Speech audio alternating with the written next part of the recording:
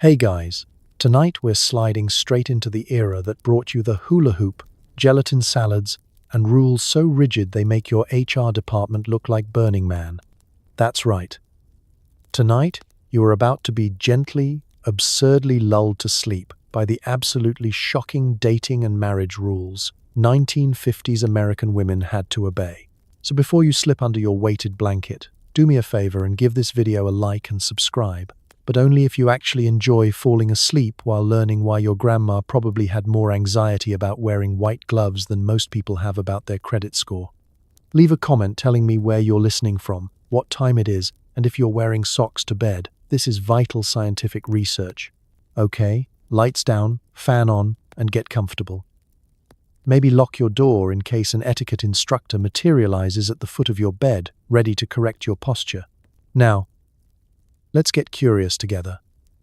Ever wondered what would happen if you let a man call after 9 p.m. in 1954?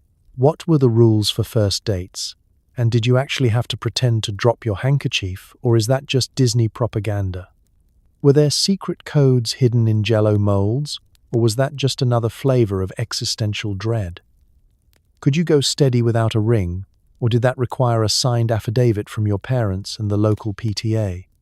And just how dangerous was it, really, to be caught wearing slacks to a dinner party? Congratulations, you've just woken up in suburban America, 1955. There's a casserole in the oven, your hair is shellacked within an inch of its life, and every aspect of your romantic destiny depends on rules stricter than your dad's opinion about rock and roll. Good luck. Welcome to the battlefield of 1950s courtship, where women were expected to master the fine art of making themselves available, but not too available. Forget texting first. You're wielding the power of accidentally dropping your pencil and perfecting your glance from under the lashes routine. Did you want a date? You'd better hope your eyelid batting game is Olympic level. Let's set the scene. It's a Friday afternoon, the school bell has just rung, and you're standing in the hallway, pretending to search for something in your purse. A purse, by the way, that's the size of a Volkswagen and contains exactly 0 useful items. The boy you've been secretly daydreaming about for months is leaning against his locker, looking as cool as someone can while sporting Brill cream and a tie his mother picked out. Now, here's where the game begins. Directness, in the 1950s, was about as welcome as a skunk at a garden party. You could not, under any circumstances, ask a boy out yourself unless you were running for local scandal of the decade. No, the proper method was to send up a series of subtle signals, like an air traffic controller who's been explicitly forbidden from speaking. Maybe you laughed at his joke a little too loudly. Maybe you adjusted your headband just so. If you were particularly daring, you might even drop your books in front of him, which is the universal sign for please notice me, and ideally help me pick up my trigonometry homework. But beware, desperation was the enemy. There was a razor-thin line between mysteriously alluring and future cat lady. And every mother, magazine, and well-meaning aunt made sure you knew exactly where it was. The trick was to project just enough interest to plant the idea, while also making it clear that you had many, many other suitors. Or at least, that's what you told your diary. If you seemed too eager, you were chasing boys, which was almost as bad as chewing gum in church. But if you were too aloof, you risked being labeled a spinster before you'd even had your first kiss, so you became fluent in the language of hints and hesitations. You happened to be waiting outside the gym just as basketball practice let out, clutching a book you had no intention of reading. You orchestrated group outings and prayed the right boy would volunteer to walk you home. You even, on particularly strategic days, wore your second-best sweater. Your best was reserved for once you'd already been asked out, obviously. If, by some miracle, he finally worked up the nerve to approach, the exchange itself was an absurd dance of coded language. Say, "Are you busy Saturday?" was the 1950s equivalent of a marriage proposal. And your response had to be equally strategic. If you said yes too quickly, you looked desperate. Too slowly, and you seemed disinterested. Ideally, you'd pretend to consult a mental calendar filled with other, completely imaginary engagements before accepting with an air of polite indifference. Now, imagine the modern equivalent. Instead of ambiguous texts and passive-aggressive likes on Instagram, your entire romantic fate hinged on the subtle angle of your posture and whether you could maintain eye contact for exactly 3 seconds. Ever try to swipe right with your eyebrows? Welcome to the real Hunger Games. If the invitation did not come, your recourse was limited. You could confide in a friend, who might drop a casual hint to the object of your affection. But beware. This tactic risked unleashing the full force of 1950s gossip, in which every whisper multiplied like rabbits at a sock hop. Before you knew it, your supposed crush had been promoted to steady boyfriend status by the lunch ladies and the mailman, and you'd have to face the embarrassment of everyone knowing about your entirely theoretical rejection. So you sighed. Dramatically, loudly enough to be heard, but softly enough to claim innocence. Strategic sighing, as it turns out, was an essential skill.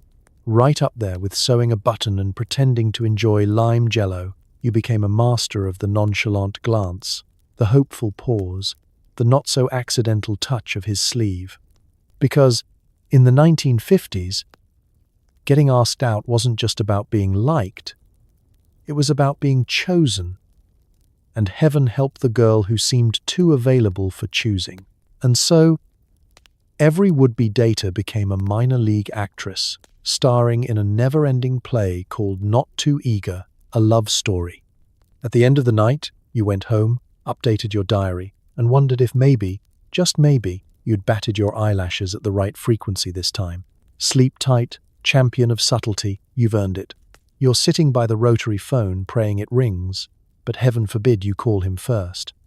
In the 1950s, phone calls were carefully orchestrated events involving strict time limits, parental eavesdropping, and a running clock ticking down to social disgrace if you talked past 9 p.m. Let's set the mood. You're perched on a stiff chair in the hallway, phone cord stretched dangerously across the linoleum, ankles crossed demurely, hands trembling ever so slightly. Every minute, you glance at the family clock, each tick echoing like a countdown to either glory or humiliation. You want him to call. You need him to call, but under no circumstances, short of imminent nuclear attack, are you allowed to call him first. That was a rule enforced more strictly than curfew, and arguably the US Constitution. The phone itself, a hulking rotary contraption, is not your friend. It's bolted to the wall, the cord never quite long enough to allow a truly private conversation, and it's located precisely where your parents can overhear every syllable. If you dare to answer, you must do so with a polite, "Hello, Tyson residence," and pray that your voice doesn't tremble with anticipation, or worse, betray your secret hopes to your mother, who is conveniently dusting the baseboards 6 feet away. Now, let's talk about the all-important one-ring rule. If a boy dared to call, it was critical that the phone not ring too many times. 2 or 3. Acceptable. 4. People start whispering. 5 rings, and you're either terribly desperate or have just lost the dating lottery for the month. But pick up too soon and you look like you've been lurking by the phone since dawn, which, if we're honest, you kind of have. It's a delicate dance, just enough delay to seem casual, not so much that he gives up and calls Sally from algebra instead. Conversations themselves were performances. The time limit was unspoken but ever present. Talk too long, and your father emerges from his armchair, clearing his throat in a way that says, "Don't make me cut the phone cord." Go past 9 p.m. and you risk waking a sleeping sibling or, even worse, incurring the wrath of a mother who insists that nothing good happens on the phone after dark. Phone calls were short, sweet, and full of coded language. Would you like to go to the movies? actually meant, I'm going to spend 4 days analyzing your tone for signs of true affection. Saying goodbye was a marathon of politeness, each of you waiting for the other to hang up first, as if slamming the receiver down too quickly would instantly end your relationship, or, possibly, bring shame upon the family. Privacy was a luxury for the very wealthy or the very rebellious. Most likely, you were holding a conversation within full earshot of someone who was just passing by every 30 seconds. Parents had a sixth sense for important phone calls. Their newspaper suddenly needed to be read within 3 feet of your face, or the vacuuming started up directly beneath your feet. Siblings, of course, were even less subtle. They'd lurk at the corner, making faces, or pick up the extension upstairs and breathe heavily, hoping to catch you saying something mortifying, like "I like your haircut." Blackmail material for weeks. In some homes, especially those with party lines, shared phone lines connecting several houses, the risk level increased tenfold. Forget privacy. Now, the neighbor 2 doors down might join in, offering unsolicited advice, or, if you were lucky, pretending not to listen while quietly filing away gossip for her next bridge club. Phone etiquette in the 1950s was a test of patience, skill, and nerves of steel. Did you memorize his number? Or did you accidentally call the wrong house and have to apologize to his mother? Did you remember to speak in your good phone voice, which was different from your regular voice, and definitely different from the voice you used when yelling at your siblings to get off the line? Looking back, it's easy to laugh. Today, you can text, FaceTime, or send 17 memes before breakfast. But in the 1950s, your entire romantic future could hinge on a single phone call, perfectly timed, correctly answered, and meticulously monitored by the entire household. It was the original social media: limited bandwidth, lots of lurking, and plenty of chances to embarrass yourself in front of everyone you know. So next time you text someone after 9 p.m., say a quiet thank you to the brave souls who came before, who survived the one-ring rule, the family surveillance state, and the thrill of a carefully whispered hello. Because in the world of 1950s phone etiquette, every love story began, and sometimes ended, with the sound of a ringing phone and the watchful eyes of your entire extended family. Dating in the 50s wasn't about instant gratification. It was an endurance sport. You waited, and if you called him, scandal. Women learned patience the way modern people learn to refresh a tracking number. Let's set the scene. You, perched on the edge of your bed, wearing your second-best skirt, hair perfectly curled, just in case the phone rings and you have to sound like you just woke up from a nap. Instead of confessing that you've been staring at the receiver like it's the last lifeboat off the Titanic, the house is quiet, except for the soft ticking of the kitchen clock, a constant, mocking reminder that each second is a second he hasn't called. Outside, your mother is pruning roses. Inside, you're pruning hope. You could fill an Olympic stadium with the mental gymnastics required to survive this waiting game. Step 1. The pep talk. Maybe he's just busy. Maybe his family is having dinner. Maybe, in a shocking twist, he doesn't know how to use a phone. Hope flickers. And then, the self-doubt. Maybe I seemed too eager when I complimented his tie. Maybe my handwriting on that note was too loopy. Maybe, just maybe, he's calling Sally from chemistry. At this point, your emotional state is somewhere between patient saint and caffeinated squirrel. And yet, you don't dare call him. Calling first is the nuclear option, reserved for only the boldest, most scandalous of women. Or, if we're honest, the ones with mothers safely out of town and no church ladies within a 5-mile radius. If you did call, you'd better be prepared for repercussions. The neighbors would know, your reputation would take a ding, and next thing you know, your name's being whispered at the beauty parlor in hushed tones, followed by, well, she did call him first. So you wait, perfecting the lost art of looking busy, while doing nothing. Maybe you dust the living room for the third time, alphabetize your record collection, or start another round of "should I bake cookies, or is that too obvious?" The answer, of course, is always too obvious. You settle for folding laundry with the phone balanced precariously within arm's reach, just in case. The waiting becomes communal. Your mother offers advice like, "Don't look desperate, dear, and whatever you do, don't mention marriage." Your friends call, not to check on your well-being, but to ask, "Did he call yet?"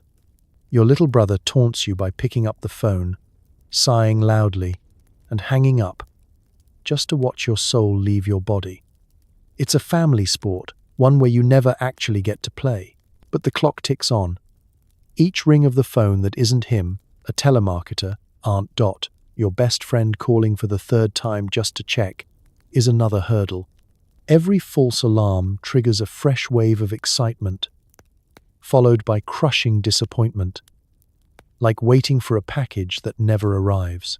There's no tracking info, no estimated delivery, just hope, humiliation, and a slight ringing in your ears. Finally, when he does call, you must maintain the illusion of casual surprise. "Oh, hello. I didn't expect anyone to call tonight." You hope he can't hear the thinly veiled relief in your voice, or the way your heart is pounding like a jazz drummer on prom night. The conversation is brief, because, of course, your mother is now inexplicably rearranging furniture within 2 feet of you.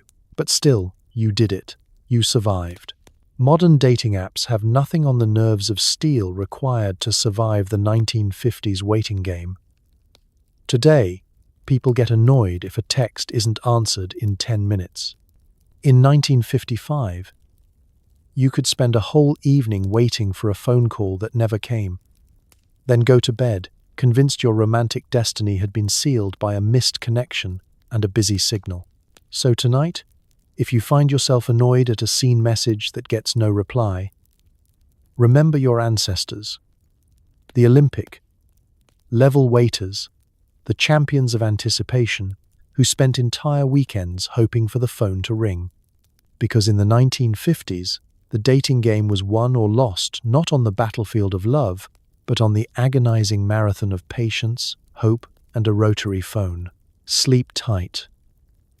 And may your calls always come through. Your first date is here.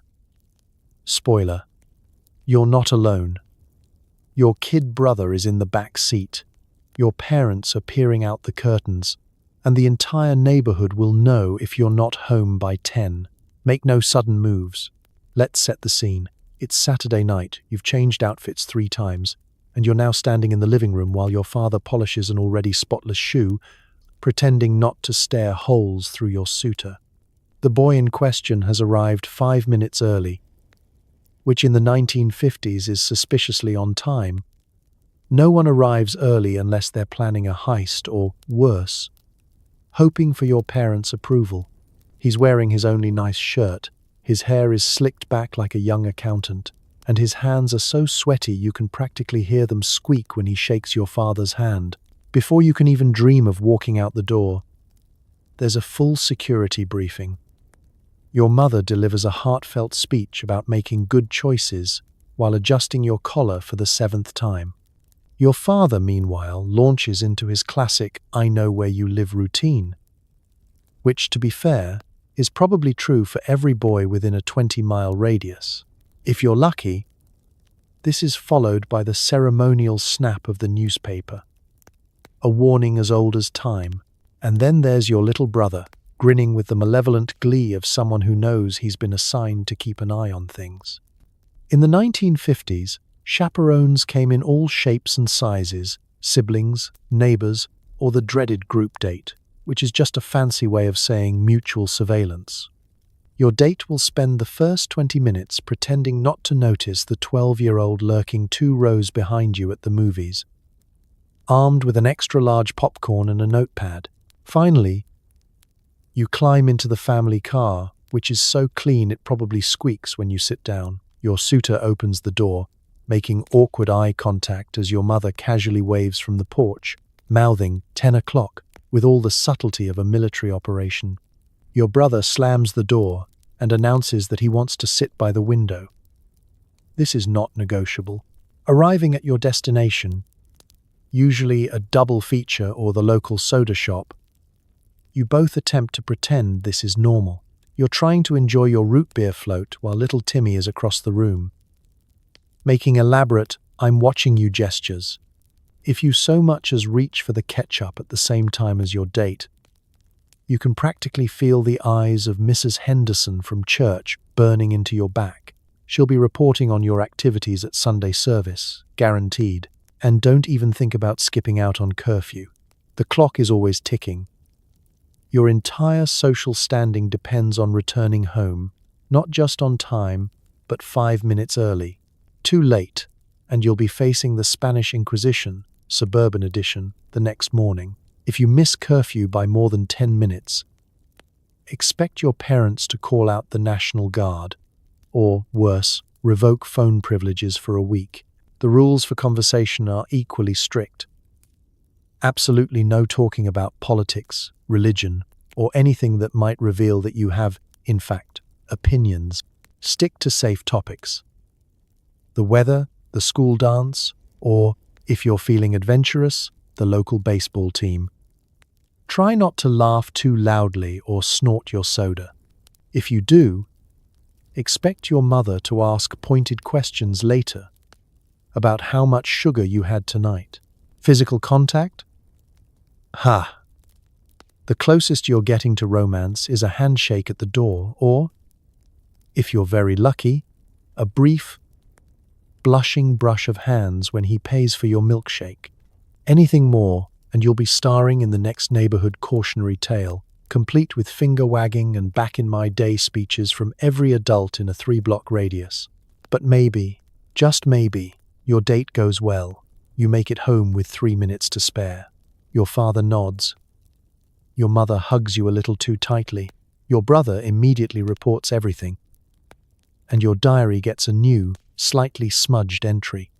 The whole thing felt less like a romantic adventure and more like a military exercise. But in the 1950s, that was the price of love. Sweet dreams. And remember, if you survived a first date with your dignity intact, you can survive anything. Putting together an outfit wasn't just about looking cute. There were rules, and infractions could result in social exile. Are your gloves clean? Are your shoes polished? If your hemline rises too far, expect a full-blown international incident. At the very least, a passive-aggressive sermon from Aunt Doris. Now, let's take a slow, anxious walk through the minefield that was 1950s women's fashion etiquette. This was not throw on some jeans and go culture. No. This was a world where your outfit told the world exactly what kind of woman you were, or worse, what kind of woman people thought you were. One frayed hem, and suddenly you're the subject of whispered prayers at the Wednesday Bible study. Let's start with gloves. White gloves. Always white, and always pristine. These weren't accessories. They were moral statements. Wearing gloves signaled decency, class, and the ability to boil a roast without cracking under pressure.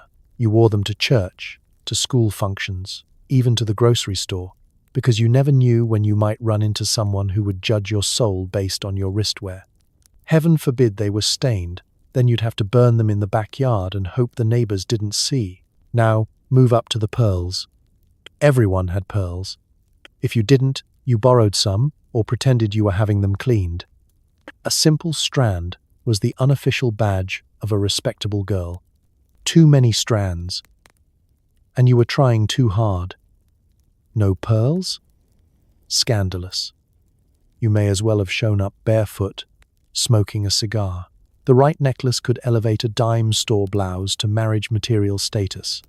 The wrong one, or none at all, and suddenly you were eccentric, which, in 1950s speak, meant probably dangerous. Shoes?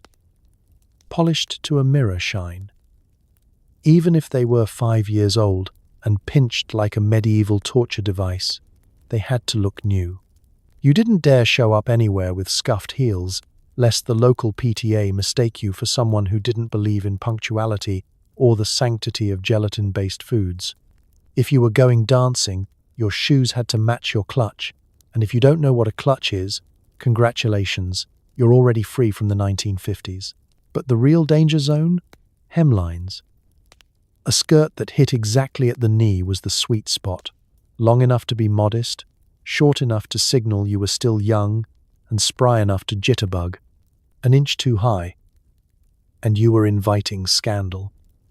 An inch too low, and people would assume you were recovering from a personal tragedy. Measuring skirt length was practically a national pastime, especially for older women who remembered the Great Depression and blamed short hemlines for just about everything, including the weather. Now let's not forget about makeup. Yes, there were rules for that too. Lipstick was required, but not too red. A pale pink was ladylike. Cherry red was fine for date night. Fire engine red? You'd better be a movie star or expect to be gently pulled aside by an elder with strong opinions and a well-thumbed Bible. Your eyebrows needed to be arched, but not villainously so, and rouge was acceptable only if you applied it with the restraint of a nun painting a wall, and heaven help you if you wore slacks to a social event. Pants were strictly casual, and even then, only if you were gardening or possibly painting a barn. A woman in trousers at a dinner party was either wildly progressive or had mistaken the invitation for an exorcism. Pants suggested independence, which was fine in theory, but not when you're expected to make 5 kinds of salad for a potluck and also raise 3 well-dressed children by age 26. So the next time you slip into comfy sweatpants and call it fashion, take a moment to honor the generations who couldn't leave the house without ironing their undergarments. Because back in the 1950s, fashion wasn't self-expression, it was survival. And every day, American women walked into the world armed with starch, blush, and the desperate hope that no one would notice the tiny snag in their pantyhose. Sleep peacefully, dear listener. Your socks don't match, and no one cares. If you're not going steady, are you even living? The moment a boy gives you his class ring or his Letterman jacket, you've entered a new social contract with more rules than the United Nations. Prepare for jealousy, curfews, and the threat of public shame if you break steady. In 1950s America, going steady was less a casual phase of dating and more a full-blown political alliance. It was the closest thing teenagers had to a legally binding contract, minus the lawyers, plus a lot more soda fountain drama. The ritual began when a boy pinned a girl, which involved handing over something valuable. His class ring, his varsity jacket, or in rare cases, his ID bracelet. Essentially, it was like branding, but make it romantic. The class ring, let's talk about that. This wasn't a simple gesture. You didn't just put it on.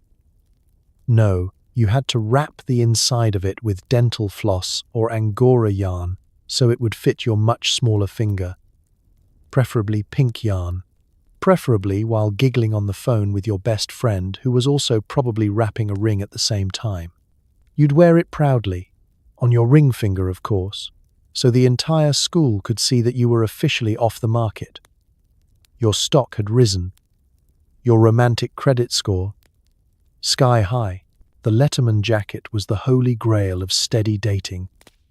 It was oversized, it smelled vaguely of gym class, and it weighed approximately 11 pounds. But it was worth its weight in social capital. If you walked into school wearing it, you were instantly upgraded from just a girl to his girl.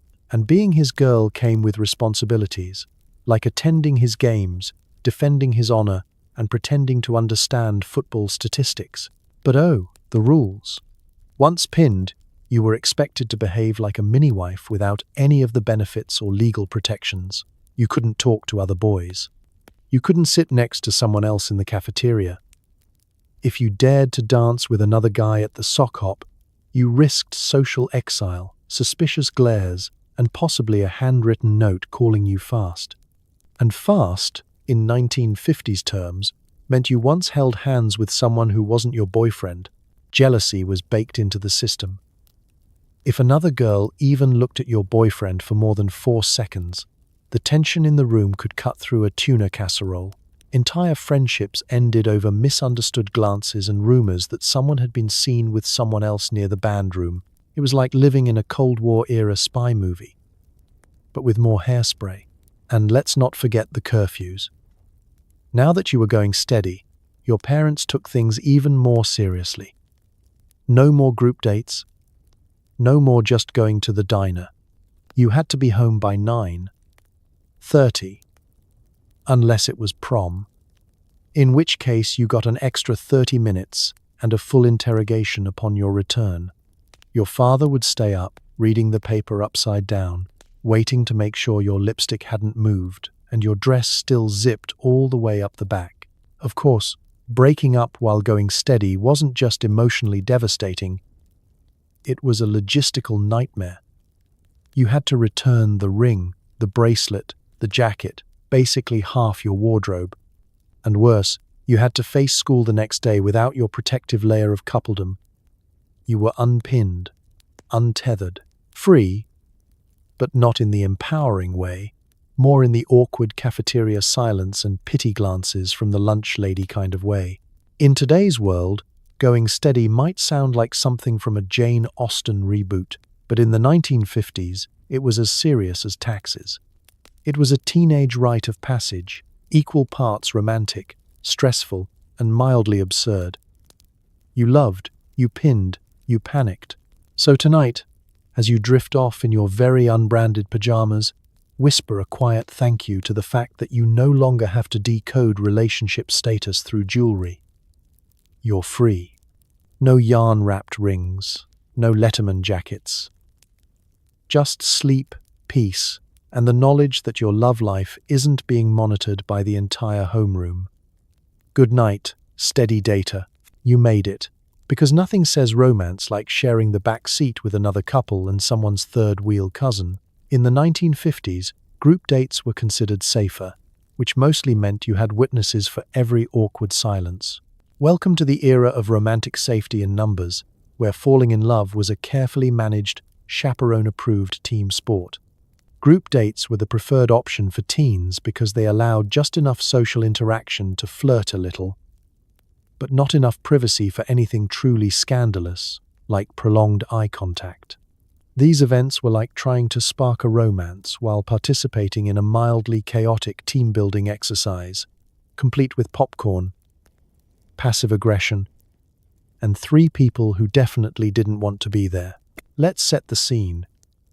You and your date are in the back seat of someone's dad's oversized Chevy, which smells like warm vinyl, cologne, and crushed hopes. In the front seat, another couple, usually the one who's already going steady and wants everyone to know it. They're holding hands aggressively. You, meanwhile, are trying to pretend you don't notice, while also making sure your elbow doesn't accidentally brush your date's, because that would be too forward and possibly trigger a sermon from your inner voice named Aunt Doris. Then there's the group wild card.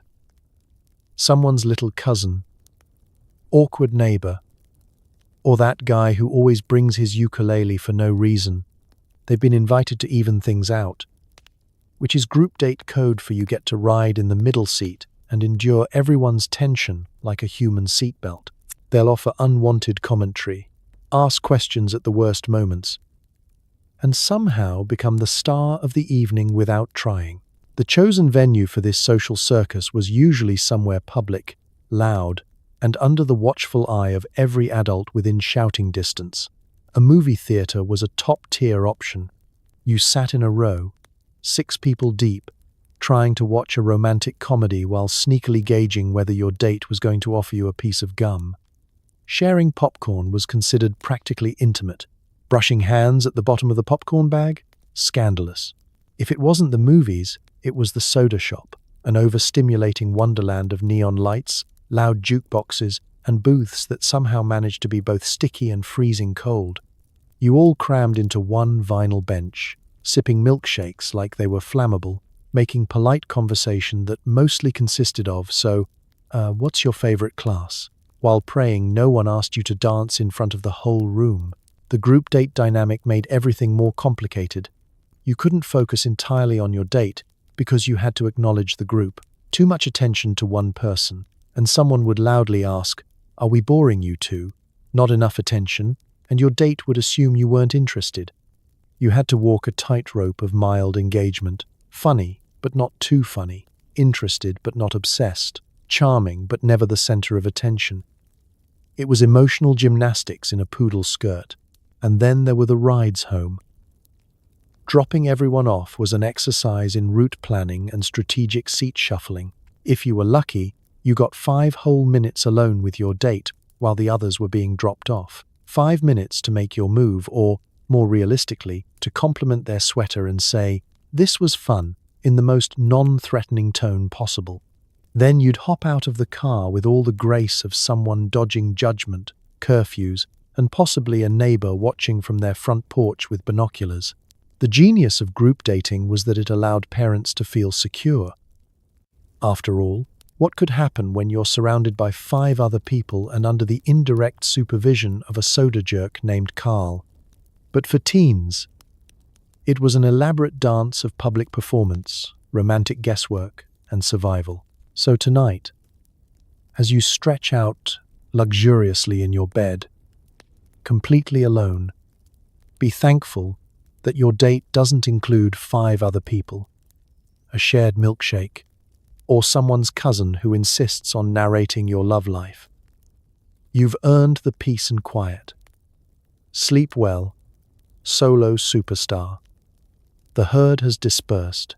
Touching hands? Steamy. A peck on the cheek? Racy. Anything more? Congratulations, you're starring in a cautionary tale for your entire graduating class. Welcome to a world where necking is not only a verb, but a punishable offense. Ah yes, the 1950s, an era where passion was supposed to look like a polite side hug, and anything remotely warm-blooded was best saved for marriage, or at least prom night. Physical affection was governed by an invisible but very real rule book. 1. Your parents never let you read, but still expected you to memorize. You weren't just dating a boy. You were also dating the social expectations of your entire zip code. Let's start with hand-holding. In today's world, that's barely even first base, more like batting practice. But in the 50s? A well-timed graze of the fingertips could send your heart into overdrive and your reputation into question. You held hands in church? Bold. During a movie? Risque. In public during daylight? Scandalous. Even that required a certain choreography. Your palms had to touch, but not too much. Fingers could interlace, but only if you were going steady. Otherwise, use the 2-finger hold, the safe, ambiguous version of affection designed to signal interest without a Senate investigation. If hand-holding was the soft launch, then a kiss was the main event. A peck on the cheek was considered sweet or suggestive, depending on who witnessed it. A kiss on the lips? That was a contractual agreement, practically. You didn't just kiss someone because you felt like it. Oh no, kisses were like checkbooks, meant to be handled carefully and only after your parents approved the overdraft. And then came necking. A word so hilariously specific, and yet so utterly vague. It sounded more like a sport than something teenagers did under the bleachers. Necking wasn't just kissing, it was prolonged, potentially horizontal kissing. It was the thing your health teacher hinted at while staring intensely at the chalkboard.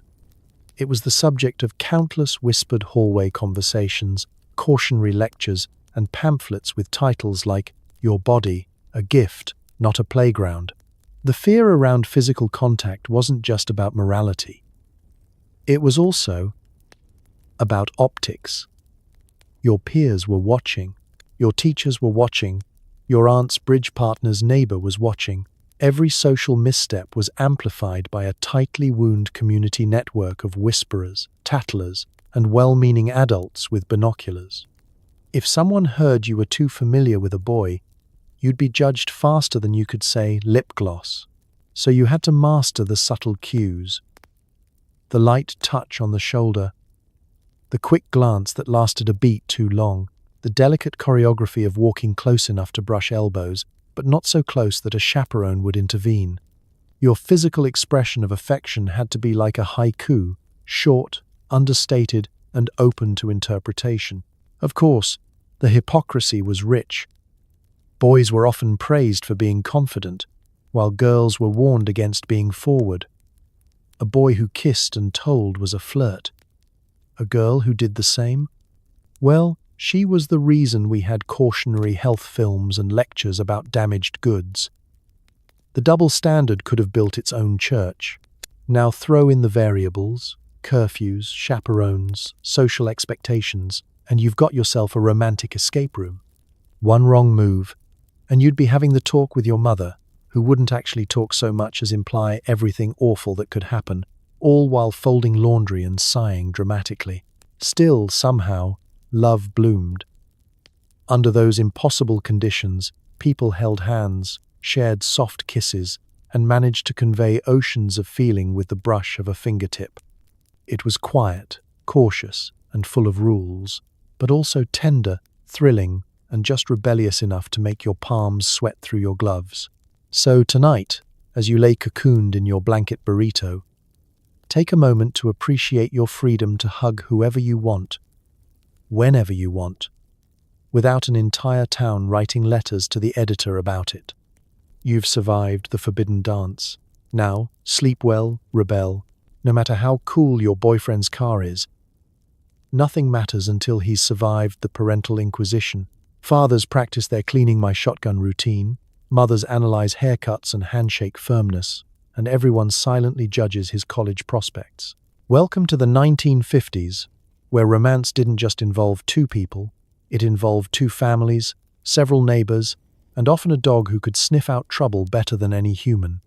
Before a relationship could go anywhere, before the hand-holding, before the pinning, before even the second date, there was one crucial test: the meet the parents gauntlet. Now, this wasn't some casual pop in and say hello.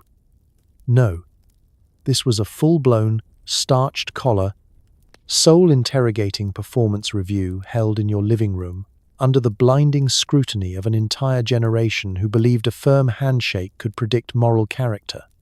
Your boyfriend arrives promptly. Being late is a disqualifier. Wearing his best church shirt, with hair greased to a structural level, he brings flowers. Not for you, for your mother. Bonus points if they're carnations, not roses. Roses are for other things, dangerous things. First, he must greet your father. This is stage one, the test of masculine worthiness. Your father doesn't smile.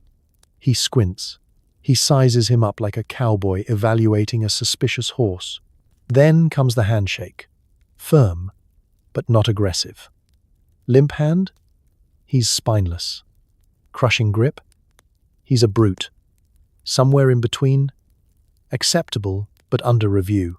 Then it's on to stage two, the maternal evaluation. Your mother smiles, but her eyes say, "I've already found 3 reasons not to like you." She notes everything. His posture, his tone, whether he says ma'am without being prompted. She asks questions designed to sound casual but are actually traps. What do your parents do? Translation: Are you respectable? What are your plans after graduation? Translation: Will you provide for my daughter or ruin her credit score? Your boyfriend answers politely, trying not to sound rehearsed. He's sweating, but only slightly. Anything more would be seen as a lack of self-control. You, meanwhile, are perched on the edge of the sofa cushion, trying not to telepathically scream, "Please just laugh at his joke." If you're lucky, he's invited to stay for dinner. This is stage 3, the Hunger Games. Your mother sets the table with the nice plates, code for "we are observing you." Your father carves the meat like it's a warning. Your younger sibling stares, unblinking. The entire meal is a silent quiz. Did he pass the salt correctly? Did he chew with his mouth closed? Did he offer to help with the dishes? That last one is a bonus round. Few survive it. Now, all the while, the clock is ticking toward curfew, and your parents are waiting for him to slip. Maybe he says he doesn't go to church every week. Maybe he jokes about skipping college. Maybe, heaven forbid, he mentions another girl he used to date. One wrong move, and it's over. They'll be polite to his face, but after he leaves, oh, the reviews will fly. He seems a bit too confident. His shoes weren't polished. Did you see the way he looked at the dog? He's probably the type to elope. You can always tell by the way they butter their rolls. And if he does pass, if, miraculously, he endures the full gauntlet, and your parents don't find a single fatal flaw, don't celebrate just yet. He's now on probation. Every future interaction, every phone call, every date is another mini audit. Your dad will casually ask how his grades are doing. Your mum will mention a nice young man from church just to remind you there are other options. He may be in the house, but he is not in the clear. So tonight, if you're curled up in bed with the blissful knowledge that your romantic choices are not currently being dissected by two adults with a clipboard and a casserole, whisper a thank you to those who came before. Because in the 1950s, falling in love was easy. Convincing your parents he was worth it, that was the real sport. Sleep well, brave data. The gate has been passed, for now. This isn't just a dance. It's a test of every social rule you've ever learned. Don't stand alone. Don't dance with too many boys. And if you get caught in the punchroom after 9:30, may the nuns have mercy on your soul. Welcome to the 1950s high school dance. A glittering minefield of tool, testosterone, and tactical small talk. It's not merely a social event. It's a full-blown public relations campaign for your reputation. Every step, glance, and hairpin is being monitored by your peers, your teachers, and probably someone's mother disguised as a chaperone behind the ficus. You've spent hours preparing. Your dress was chosen weeks ago. Your shoes have been broken in during laps around the living room. And your hair has been coaxed into a style that defies both gravity and humidity. You smell faintly of gardenia and terror. Your date arrives precisely on time, corsage in hand, visibly nervous, and somehow already sweating through his borrowed blazer. The two of you smile awkwardly in the photos your mum insists on taking from every angle, including one that looks like you're being interviewed for a war crimes tribunal. At the venue, typically a gymnasium transformed into a pastel fever dream, you're greeted by streamers, slow songs, and the distinct scent of nervous cologne. The lighting is low, but not low enough to prevent judgment. Chaperones float through the crowd like ghosts in sensible shoes. One wrong move and they'll be at your elbow, offering mints and moral guidance. Let's talk about entrance strategy. You can't just walk in alone. That's social suicide. You enter with your group, or your date, or both. Once inside, you do the classic survey the room while pretending not to routine. Who's here? Who's dancing? Who's crying in the bathroom already? Every sighting matters. You file it away in your brain like a CIA operative. Now, the dance floor. There are rules. Many rules, too few dances, and people think you're unpopular. Too many dances with too many different boys? You're forward. But heaven forbid you only dance with your date, then you're clingy. You must demonstrate that you're desired but not desperate. Fun but not wild. Sociable but not flirty. It's basically social calculus in heels. And then there's slow dancing. This is the main event. The moment where actual physical contact becomes possible under strict surveillance. You step into each other's arms, but not too close. There should be at least 6 inches of daylight between your bodies, or approximately the width of a King James Bible. If you stray too close, Someone's aunt will emerge from the shadows to gently tap you with a ladle and whisper, "Leave room for Jesus." Meanwhile, the punch room looms as both oasis and trap. Sure, you can grab a drink, maybe make polite conversation, but linger too long and rumors bloom like mold on tuna casserole. Did you see who she was with in the punch room? No. But they were gone for 10 minutes. It doesn't matter if you were just reapplying lipstick. By morning, you'll be starring in the unofficial gossip newsletter known as Homeroom. As the evening winds down, the final slow song is a make-or-break moment. Get asked to dance, and you float into school Monday on a cloud of validation. Get left standing by the bleachers? You'll pretend it was a choice and spend the weekend not even thinking about it, which definitely means journaling until 2 a.m. with Buddy Holly on repeat. Then it's time for the exit. Don't leave too early. People will assume something happened. Don't stay too late. People will assume something happened. Ideally, you exit with your friends, laughing just loudly enough to be seen as carefree but not obnoxious. Bonus points if you can make eye contact with your crush on the way out and wave like it's no big deal, even though your palms are soaked. So tonight, as you lie in bed far from disco balls, paper corsages, and strategically positioned chaperones, breathe deeply and give thanks. You don't have to balance flirtation, fashion, and fear of social annihilation in one night anymore. The gym floor has been swept. The punch is room temperature. And you, dear sleeper, have survived the dance. Rest easy, you glittering gladiator of gymnasium romance.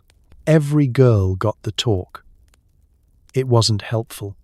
Instead, you received a buffet of vague warnings about what might happen if you let a boy get fresh, most of which involved disgrace, pregnancy, and a future career in secretarial school. Yes. Welcome to the shadowy realm of 1950s intimacy education, where information was scarce, euphemisms were abundant, and fear was the number one contraceptive. You didn't get facts. You got feelings. Mostly dread. Going too far was a phrase so vague it could apply to anything from unbuttoning a top button to making eye contact for more than 7 seconds. And petting? That was a word you didn't say out loud unless you were feeding a lamb. Let's talk about the infamous guilt gauntlet. Before you ever experienced a single flutter of desire, someone, your mother, your church youth leader, or a concerned aunt with dramatic eyebrows, sat you down for a very serious talk. It started gently. You're growing up now, followed by a sharp pivot into morality-based suspense fiction. There were no diagrams. There were no anatomical terms. There was only the terrifying implication that if you kissed a boy for more than 3 seconds, your uterus would somehow activate like a Cold War missile silo. These talks rarely involved what would actually happen during physical intimacy. Instead, they focused on what would happen after. Shame, judgment, a missed scholarship, and being the subject of whispered prayer chains.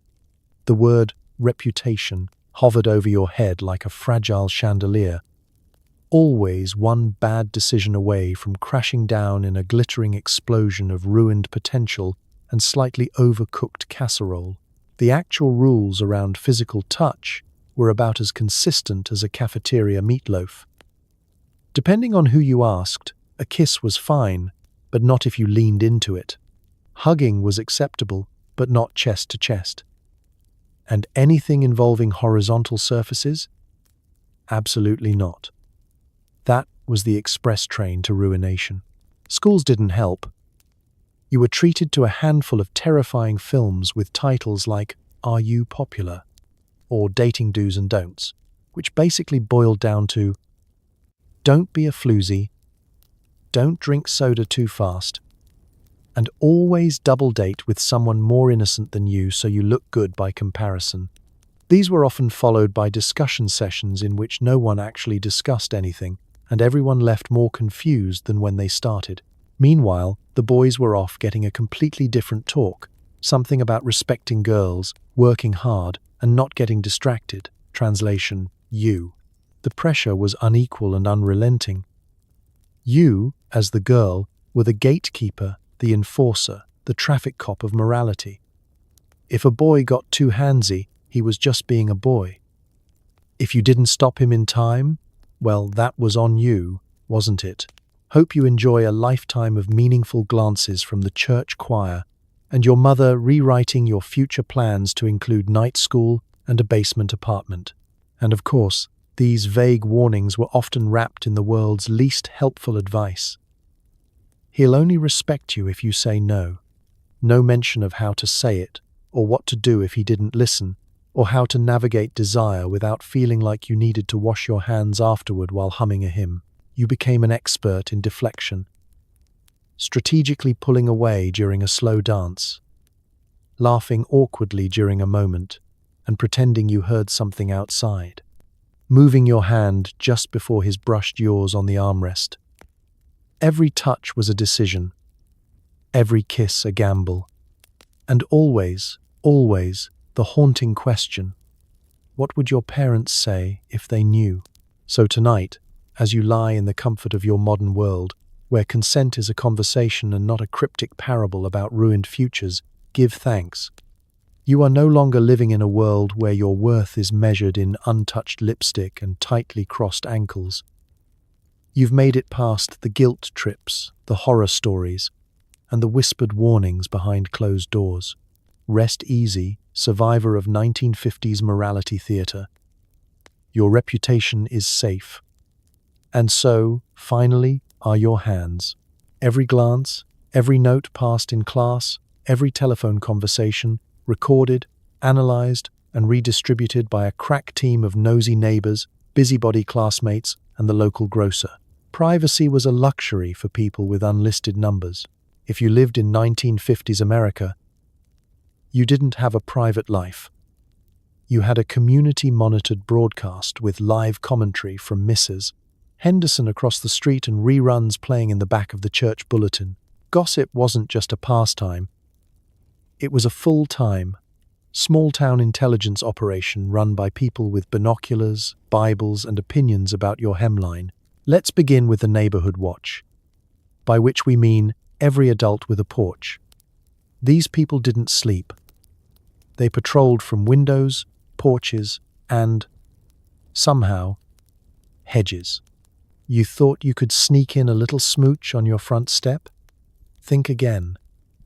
You were probably being watched from at least 3 vantage points and 1 partially open screen door. If it happened on a sidewalk, it might as well have happened on national television. Now, if you passed a note during class that said anything remotely juicy, like "I think Jimmy looked cute today," you'd better believe that information would spread faster than mono at band camp. By lunchtime, 4 people had rewritten the message, 3 had added embellishments, and 1 swore they saw you and Jimmy holding hands behind the bleachers. None of it was true. All of it would be believed. Because in the 1950s, truth came second to drama, and someone told me was as good as notarized proof. And then there were phones. You might think a private call on the household Rotary phone was safe. But what you didn't know was that your older sibling was quietly picking up the upstairs extension. Your mom was ironing directly next to the receiver. And if you lived in a rural area, you might be on a party line, which meant multiple households could hear your conversation live, whether you wanted them to or not. Some people would mute their end and just listen for entertainment, like the FBI, but with more casseroles. Even your grocery store interactions weren't safe. Flirt too long with the boy bagging your oranges?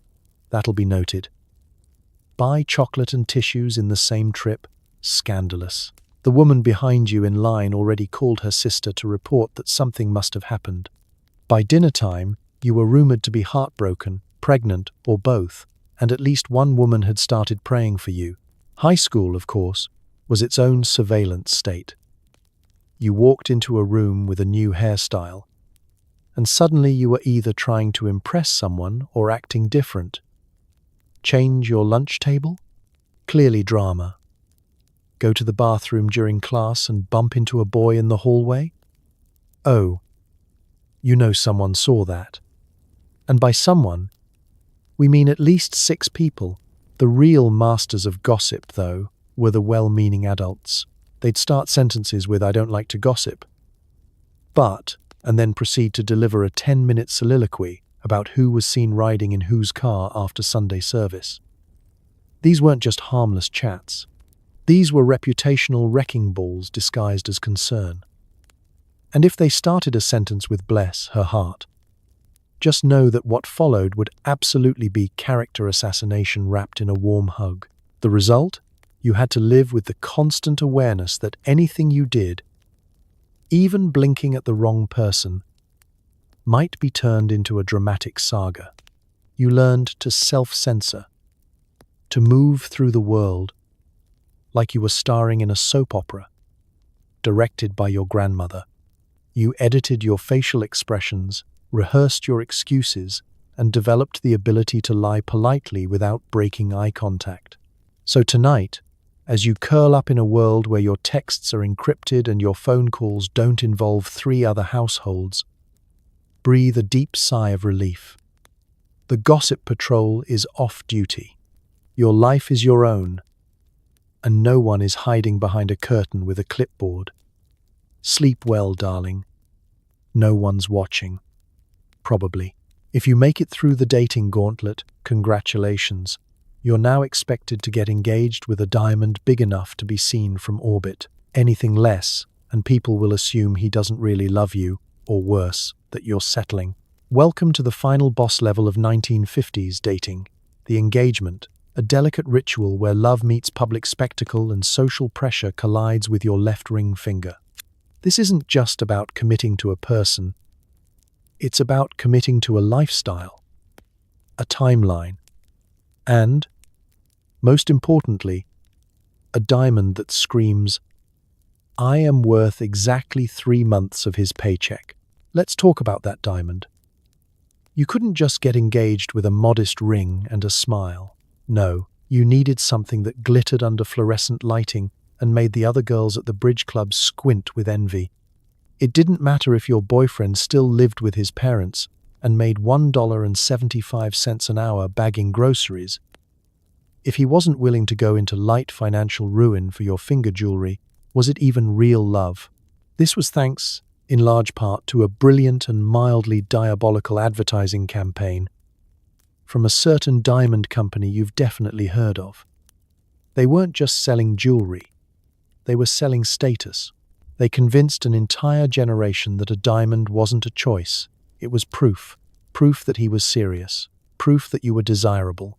Proof that you had successfully passed all levels of the dating Olympics and earned your sparkly badge.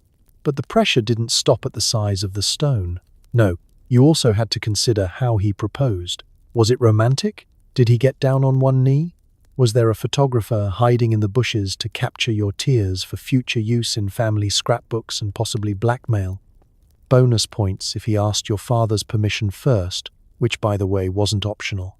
If he didn't, you might as well prepare for a lifetime of side-eyes and very quiet Thanksgivings. Once you had the ring, the real fun began. The engagement period, which was like being put under social house arrest. You weren't married yet, so you weren't allowed too much independence, but you were expected to start preparing for your role as wife and potential mother of 3. That meant bridal magazines, etiquette books, cake samples, and answering the same 6 questions from every single person you'd ever met. When's the big day? Where's the honeymoon? Are you going to quit your job? How many kids are you planning? Are you registered at Sears? Is the ring real? Yes.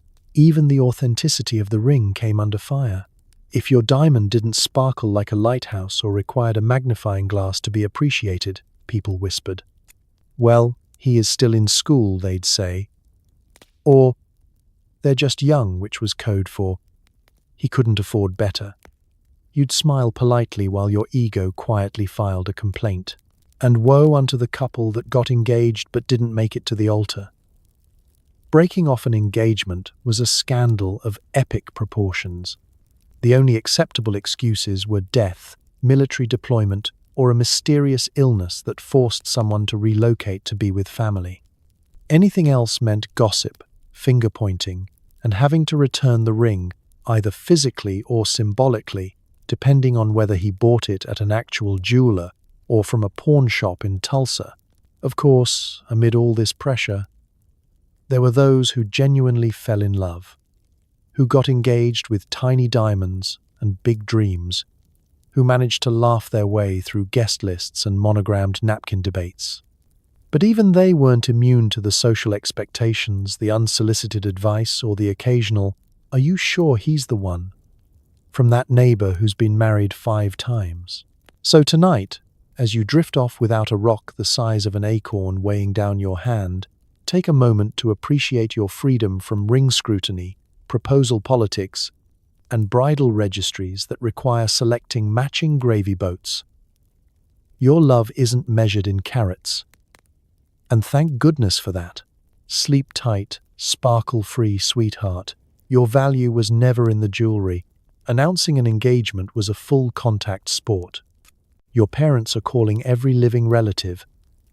A notice is in the local paper. And you're expected to smile through 6 separate showers thrown by people you've never met.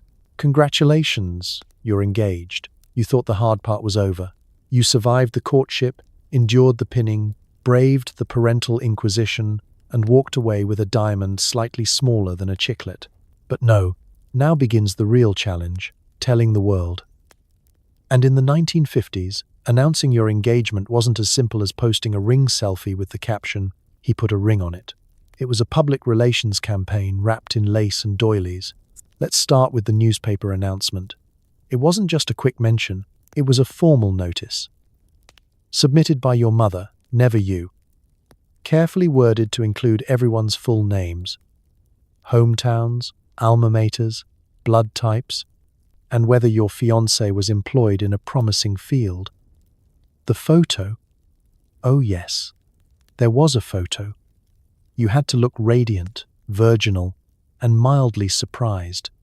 Bonus points if you were photographed in profile holding a teacup or gently touching your fiancé's elbow, like you'd just been told he was made of satin. These announcements weren't just informative, they were competitive.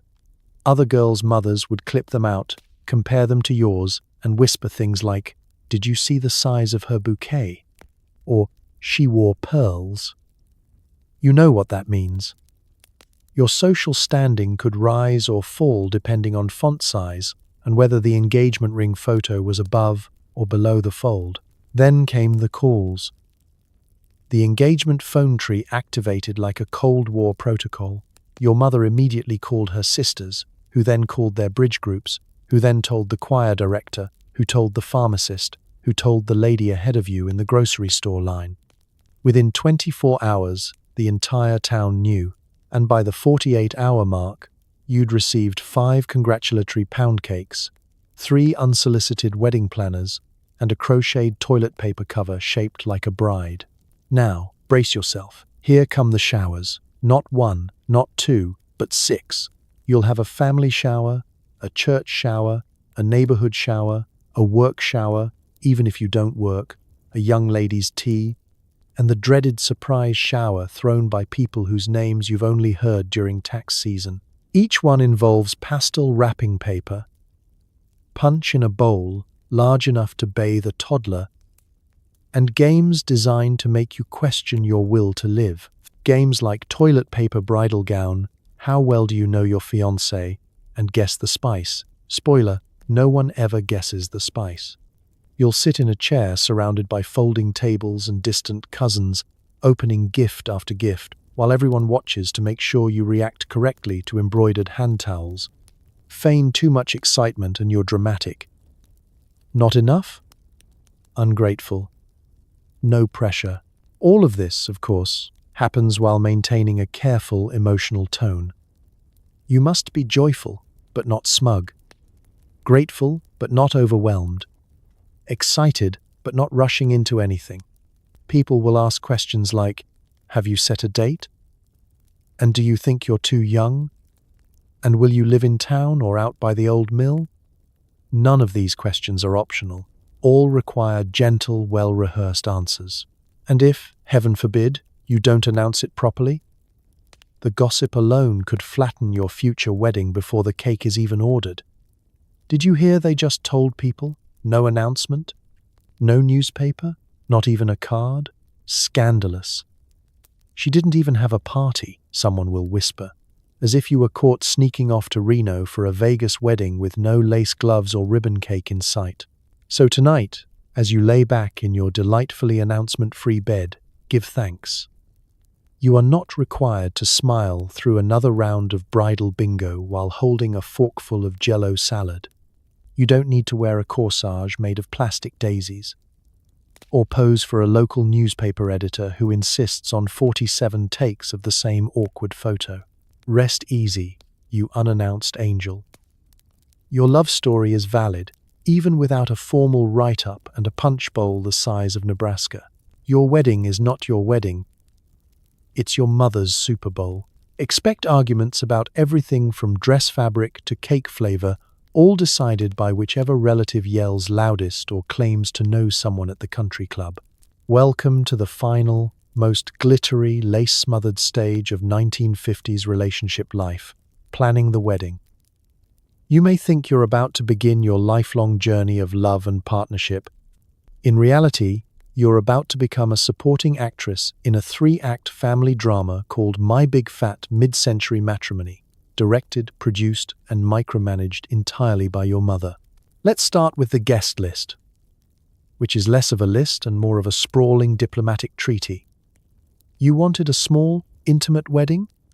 Cute. Your mother has already invited everyone from her bridge group, her high school graduating class, and at least one woman she hasn't spoken to in 14 years but owes her a thank you. Your father will pretend he has no opinion, but somehow the mayor's cousin ends up on the list just in case. Then there's the dress, which you naively thought you would choose. No, that's adorable. The dress must be elegant, modest, and blessed by at least 3 great aunts. You'll try on 15 gowns while a Greek chorus of relatives offers commentary ranging from "it washes her out" to "she looks like she's about to join a convent." One cousin will mention an avant-garde neckline, and suddenly the room goes silent except for the sound of your mother clutching her pearls in aesthetic distress. Next up, the ceremony venue. Church is non-negotiable. It must be the same church where your parents were married, even if it's located inconveniently far from where you live now, and the pews smell faintly of mothballs and generational expectations. Your mother insists it's tradition, and you're not about to argue with someone who has already collected 3 clippings from Better Homes and Gardens on how to arrange lilies down the aisle. Then comes the cake debate, a sugary, tiered battleground of family politics. You want lemon with raspberry filling. Your future mother-in-law suggests chocolate. Your grandmother insists on white cake with almond icing because that's what respectable brides do. Ultimately, the cake will be vanilla, 3 tiers, with floral piping that resembles an overgrown garden trellis. And yes, you will pretend to love it. Let's not forget the band versus DJ argument, which is really just a cover for the underlying generational struggle between respectable ambience and that awful rock and roll. Your mom wants a string quartet. Your cousin recommends a swing band that plays Glenn Miller covers. Your teenage brother insists on Elvis. The compromise? A live band with strict instructions to play nothing composed after 1949. Then there's the matter of table settings. You've now learned more about napkin folds than any civilian should ever need. Your mother has opinions about chargers. Your aunt has a collection of antique serving spoons she's desperate to display. And someone insists the salad fork must be placed European style or risk social ruin. You nod, you smile. You quietly calculate the likelihood of eloping in Reno. And amid all of this chaos, you, the bride, are gently reminded to stay calm, enjoy the process, and not be difficult. Meanwhile, you're juggling RSVP cards, floral samples, 5 shower invitations, and a rising sense of doom about the seating chart, which must delicately balance decades-old grudges, and avoid placing Cousin Cheryl within eye contact of Aunt June. In the end, the wedding will be beautiful. People will smile. Photos will be taken. You'll walk down the aisle in a dress you kind of chose, to a song you didn't pick, in front of people you vaguely recognize. You'll kiss your groom, eat a piece of cake you didn't want, and pose next to a gift table that's sagging under the weight of 6 toasters. So tonight, as you tuck yourself into a bed you did choose, with sheets no one else commented on, whisper a grateful sigh. The wedding planning is over. Your mother is temporarily at peace. And you, dear listener, have survived one of the most love-smothered logistical battles in modern history. Sleep well, you beautiful bridal warrior. You earned it. Bridal showers were less about fun and more about preparing you for a future of leftovers and passive-aggressive thank you notes. You'll need a pen to record every dish towel received and a smile for Aunt Ruth's 3rd set of potholders. Welcome to the 1950s bridal shower, where the theme is domestic bliss, the vibe is mild chaos, and the main event is you, seated in a folding chair in front of a pile of pastel-wrapped boxes while everyone in the Tri-County area watches you open them one by one. Bridal showers weren't parties so much as gift audits with snacks, organized to ensure you were fully stocked for a lifetime of cooking, cleaning, and pretending you enjoyed Jell-O molds. Let's begin with the guest list. You didn't get to pick it. Your mother, your future mother-in-law, and 3 of their friends named Edna handled that. It included people you hadn't seen since baptism and those you didn't realize you were related to. The guest list wasn't based on closeness. It was based on who ought to be invited and whether someone once sent your mom a Christmas card in 1946. And then there's the decor: pink crepe streamers, white paper bells, and enough pastel mints to choke a horse. The table is covered in floral print plastic, and the centerpiece is either a bouquet of carnations or a tower of washcloths shaped like a cake. The food? Finger sandwiches, sherbet punch, and a strange concoction of Cool Whip, marshmallows, and despair. The games start promptly, usually led by a second cousin with laminated instructions and aggressive cheerfulness.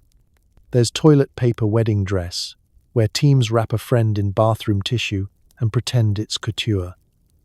There's Guess the Spice, where you sniff old jars of cumin and try not to sneeze on the prize table.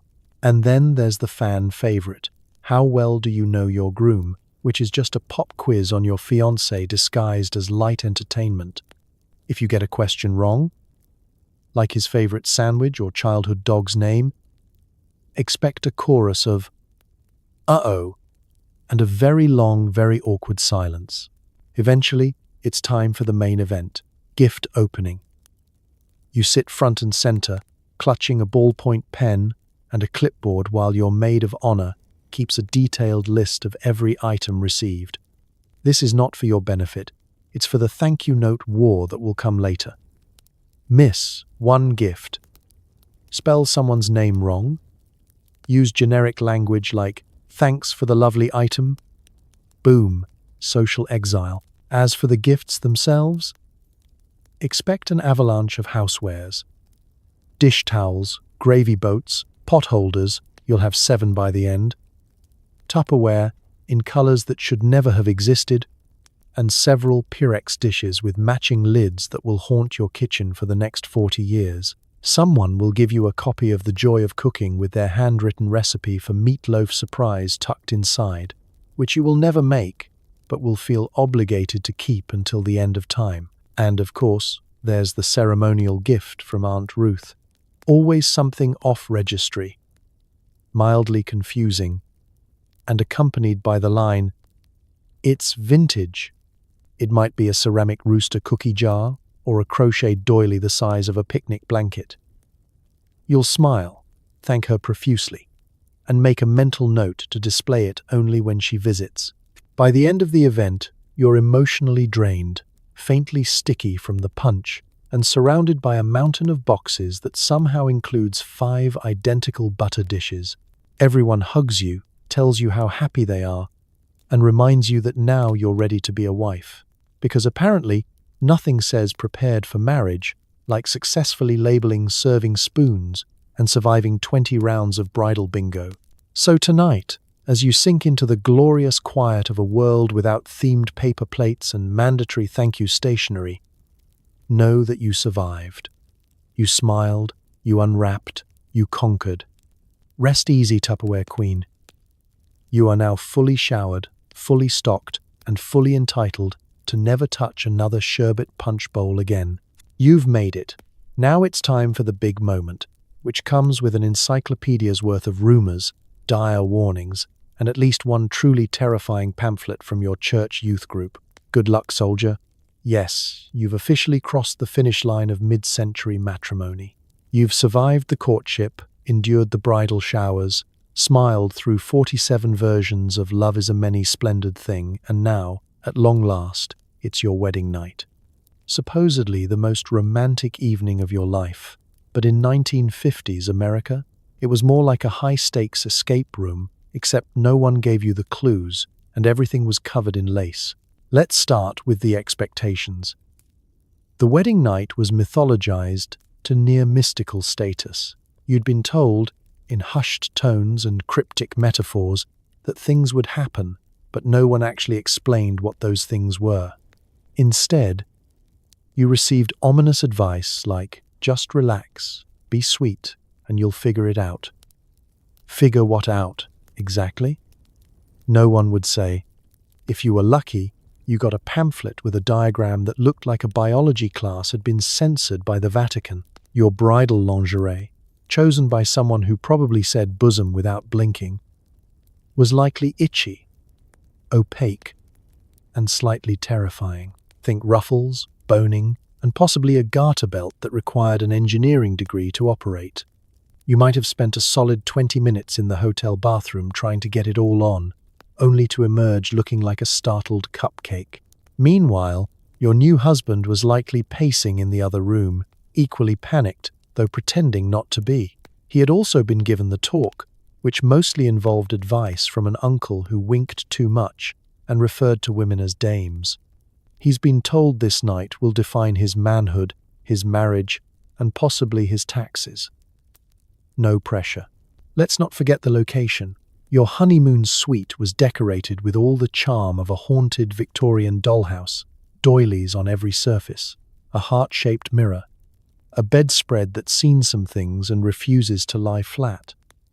You're both exhausted from hours of standing, smiling, and being photographed next to a cake shaped like a cathedral. Your hair is shellacked in hairspray. Your face is cracking under stage makeup. And your stockings are somehow both too tight and sagging. But now you're supposed to flip the switch and become the embodiment of soft, demure passion. Except no one has told you how. You've heard rumors from school friends, whispers exchanged at sleepovers, most of which involve vague horror stories and the word blood mentioned far too casually. One girl said you had to lie perfectly still. Another said you were supposed to help. Someone's cousin fainted. Someone else cried. You are now bracing for a night that sounds like a cross between a biology exam and a Lifetime movie. If you're lucky, both of you are so tired that things are delayed until morning, or indefinitely.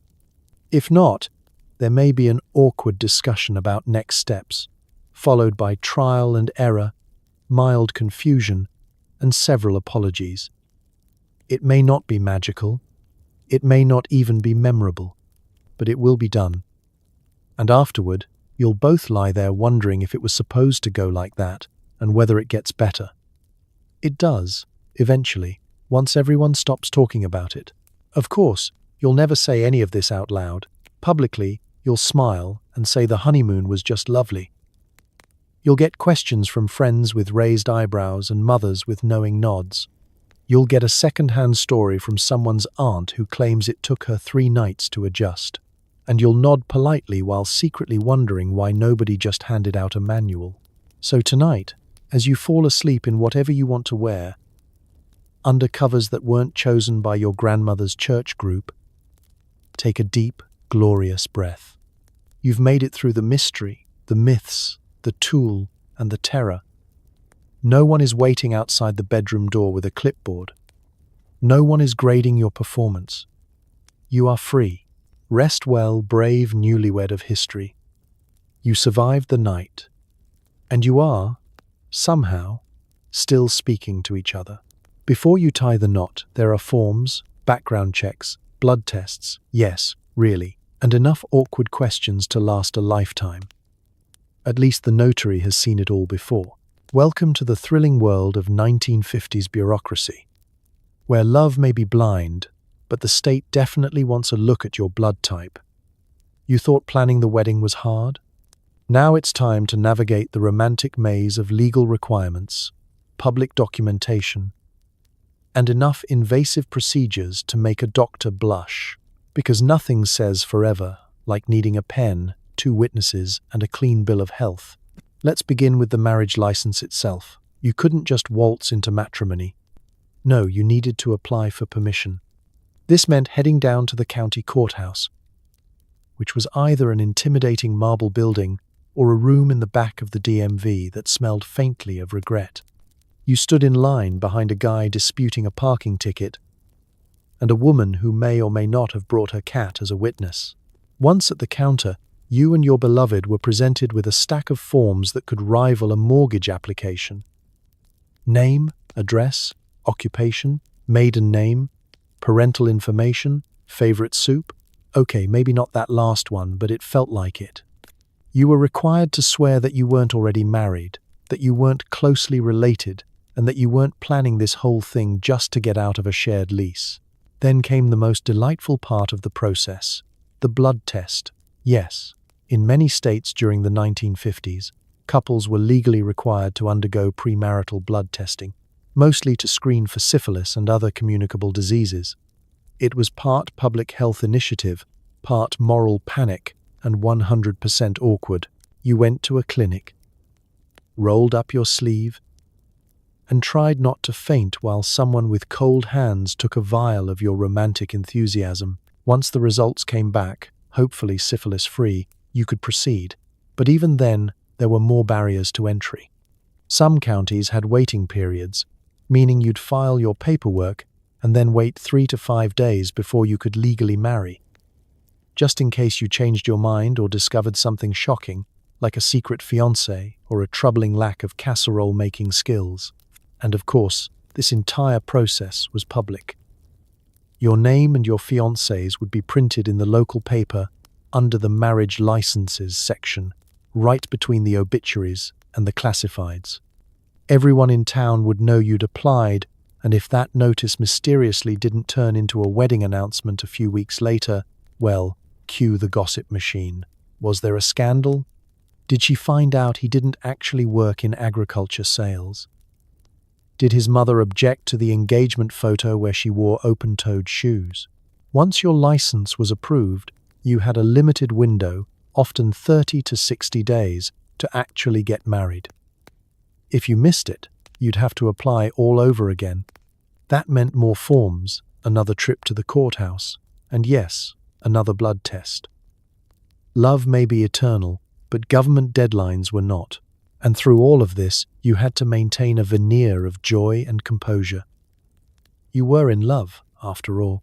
You couldn't act annoyed or impatient, even if your paperwork got smudged or the clerk spelled your name Ruth instead of Rita. Instead, you smiled, nodded, and reminded yourself that this was all part of the great American tradition of marrying someone with official approval.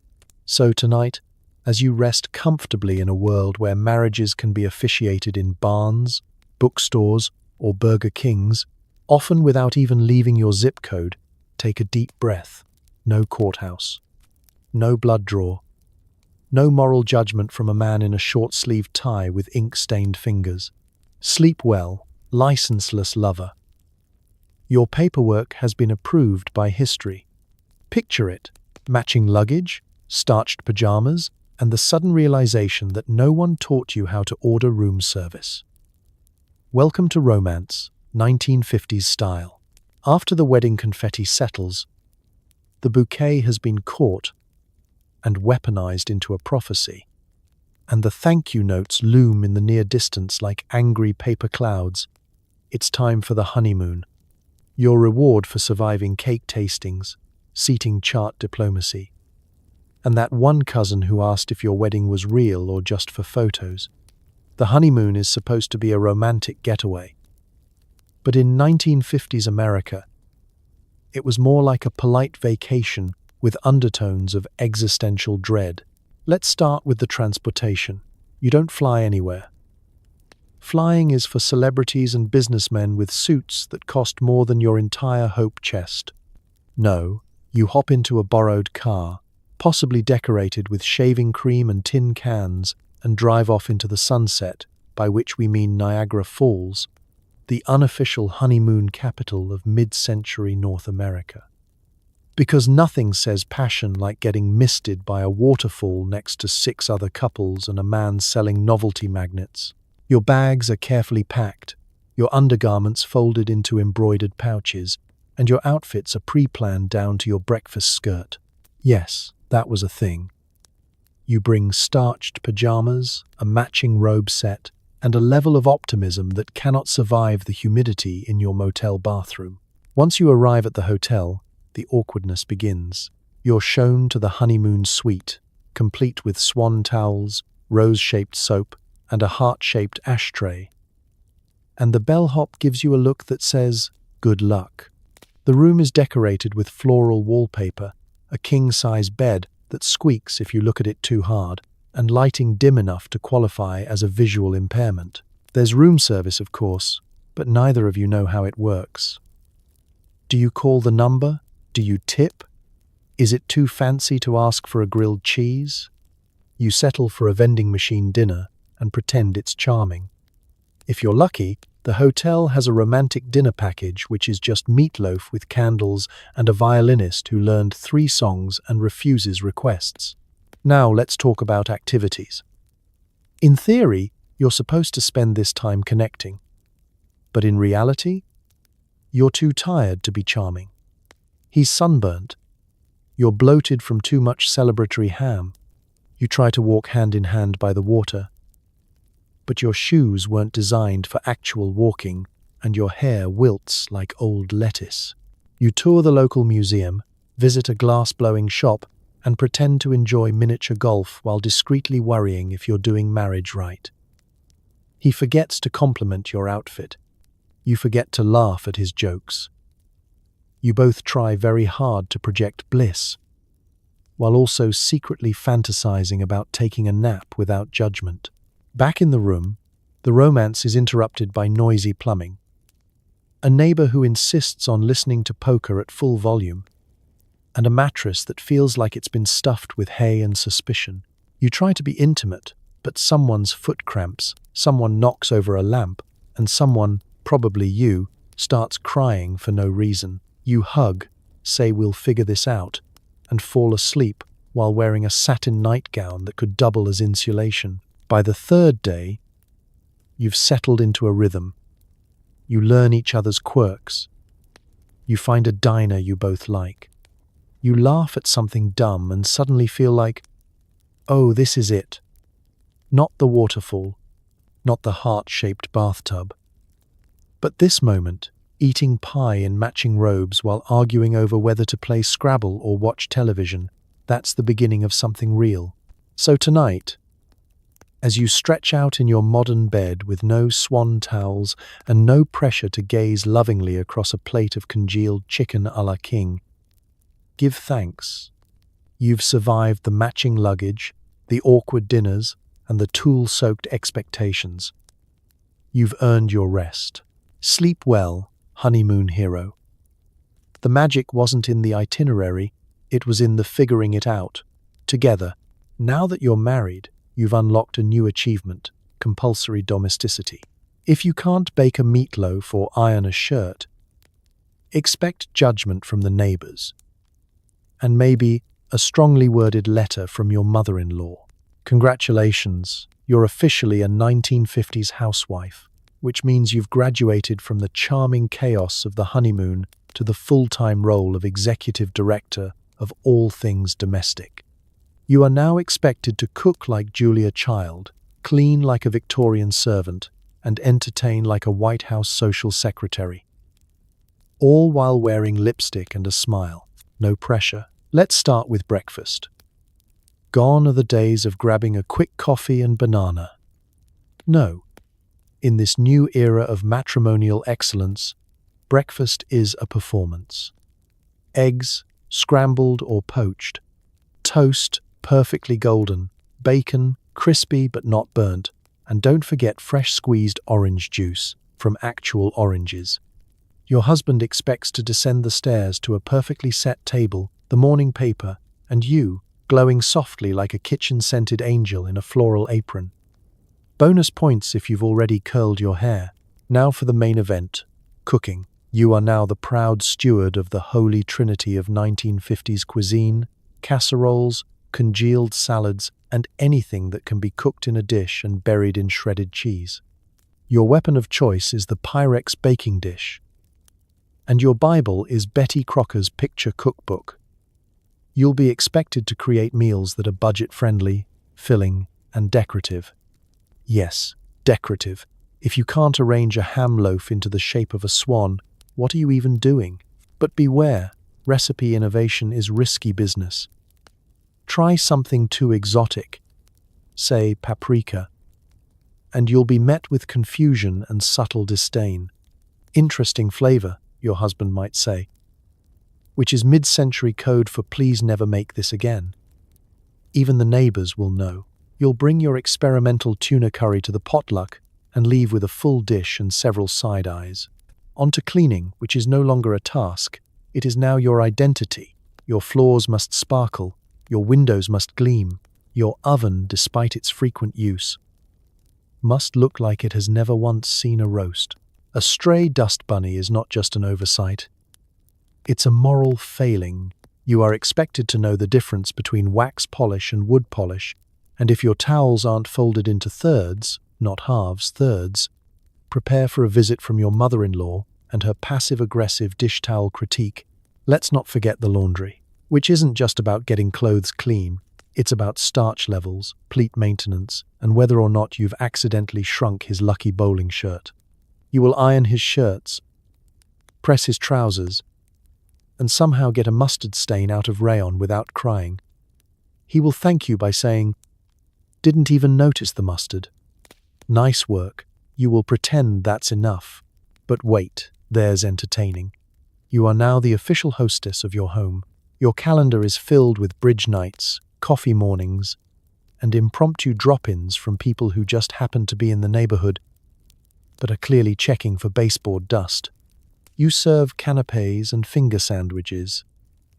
You smile through 3-hour conversations about linoleum durability and praise the artistry of someone's jellied tomato ring.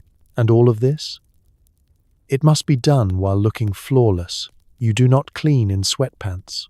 You clean in slacks, with a color-coordinated scarf tied around your hair and the faint scent of lemon pledge trailing behind you like a perfume. So tonight, as you fall into your modern bed without worrying whether the casserole dish is soaking or if the tea towels are aligned, breathe easy. No one is inspecting your baseboards. Your meatloaf is not under review. And your value, thank goodness, is not measured in starch content or dinner rolls. Sleep well, apron-free angel. You've done enough. In the 1950s, your money was his money. And your job, if you had one, was temporary until you got married. Hope you like budgeting for groceries and being politely ignored at the bank. You've tied the knot, said your I-dos, and now, ta-da, you've automatically merged your financial identity with your husband's, whether you meant to or not. Because in this era, once the rice has settled and the veil is boxed up, the bank account becomes joint, not as in equal partners, more like colonial annexation. Welcome to your post-wedding financial life, where the joint account is less ours and more his with guest privileges. Let's begin with the job situation, or rather, the strategic disappearance of it.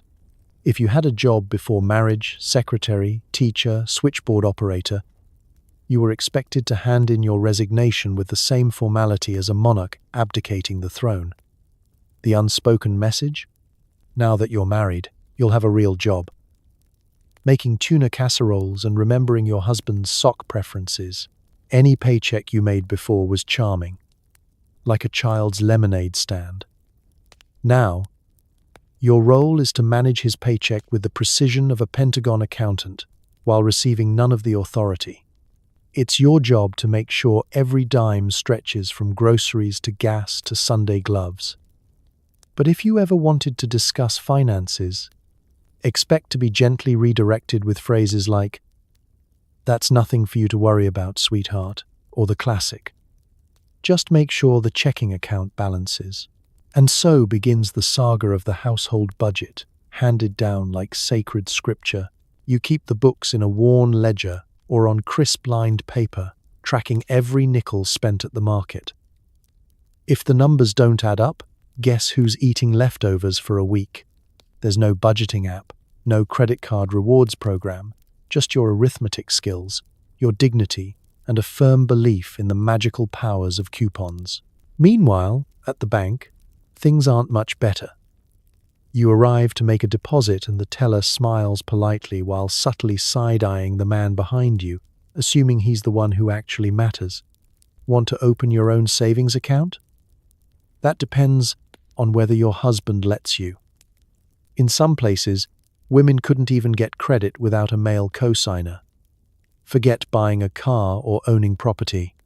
You could legally bake 12 pies a week, but you couldn't get a loan without a husband's blessing and a good moral character statement from your pastor.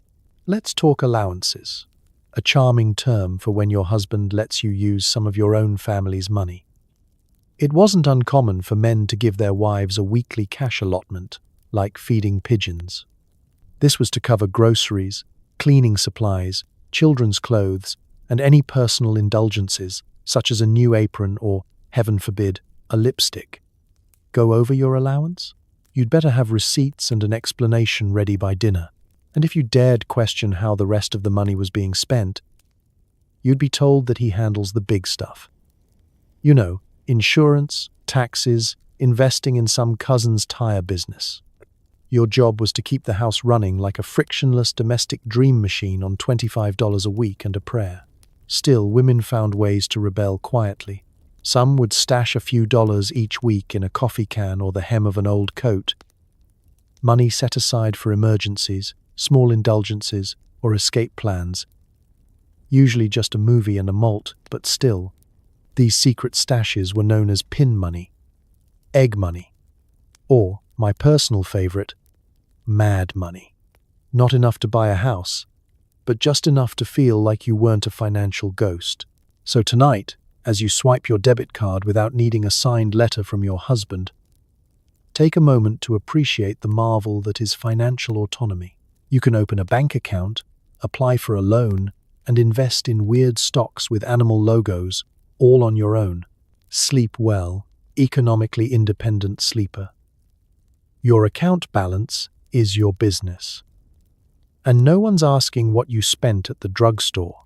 You're barely back from your honeymoon, and already the world wants to know when you'll start producing heirs. The answer is always soon. Sooner, if your mother has anything to say about it. Welcome to the next phase of your brand new 1950s marriage. Public fertility watch. Forget rest. Forget nesting. Forget getting to know your spouse beyond his snoring habits and preference for meatloaf on Tuesdays. Because now, the moment you step off the train from Niagara Falls, or wherever you just honeymooned in awkward glory, everyone from your great-aunt to your grocer wants to know when you're going to reproduce. It starts subtle. A knowing look. A wink from your mother-in-law. A hand on your arm with the gentle question, "So, any news yet?" You're still unpacking your matching luggage, and already your reproductive calendar is being penciled in by your extended family. You don't get to enjoy the quiet bliss of newlywed life because your uterus is now public property.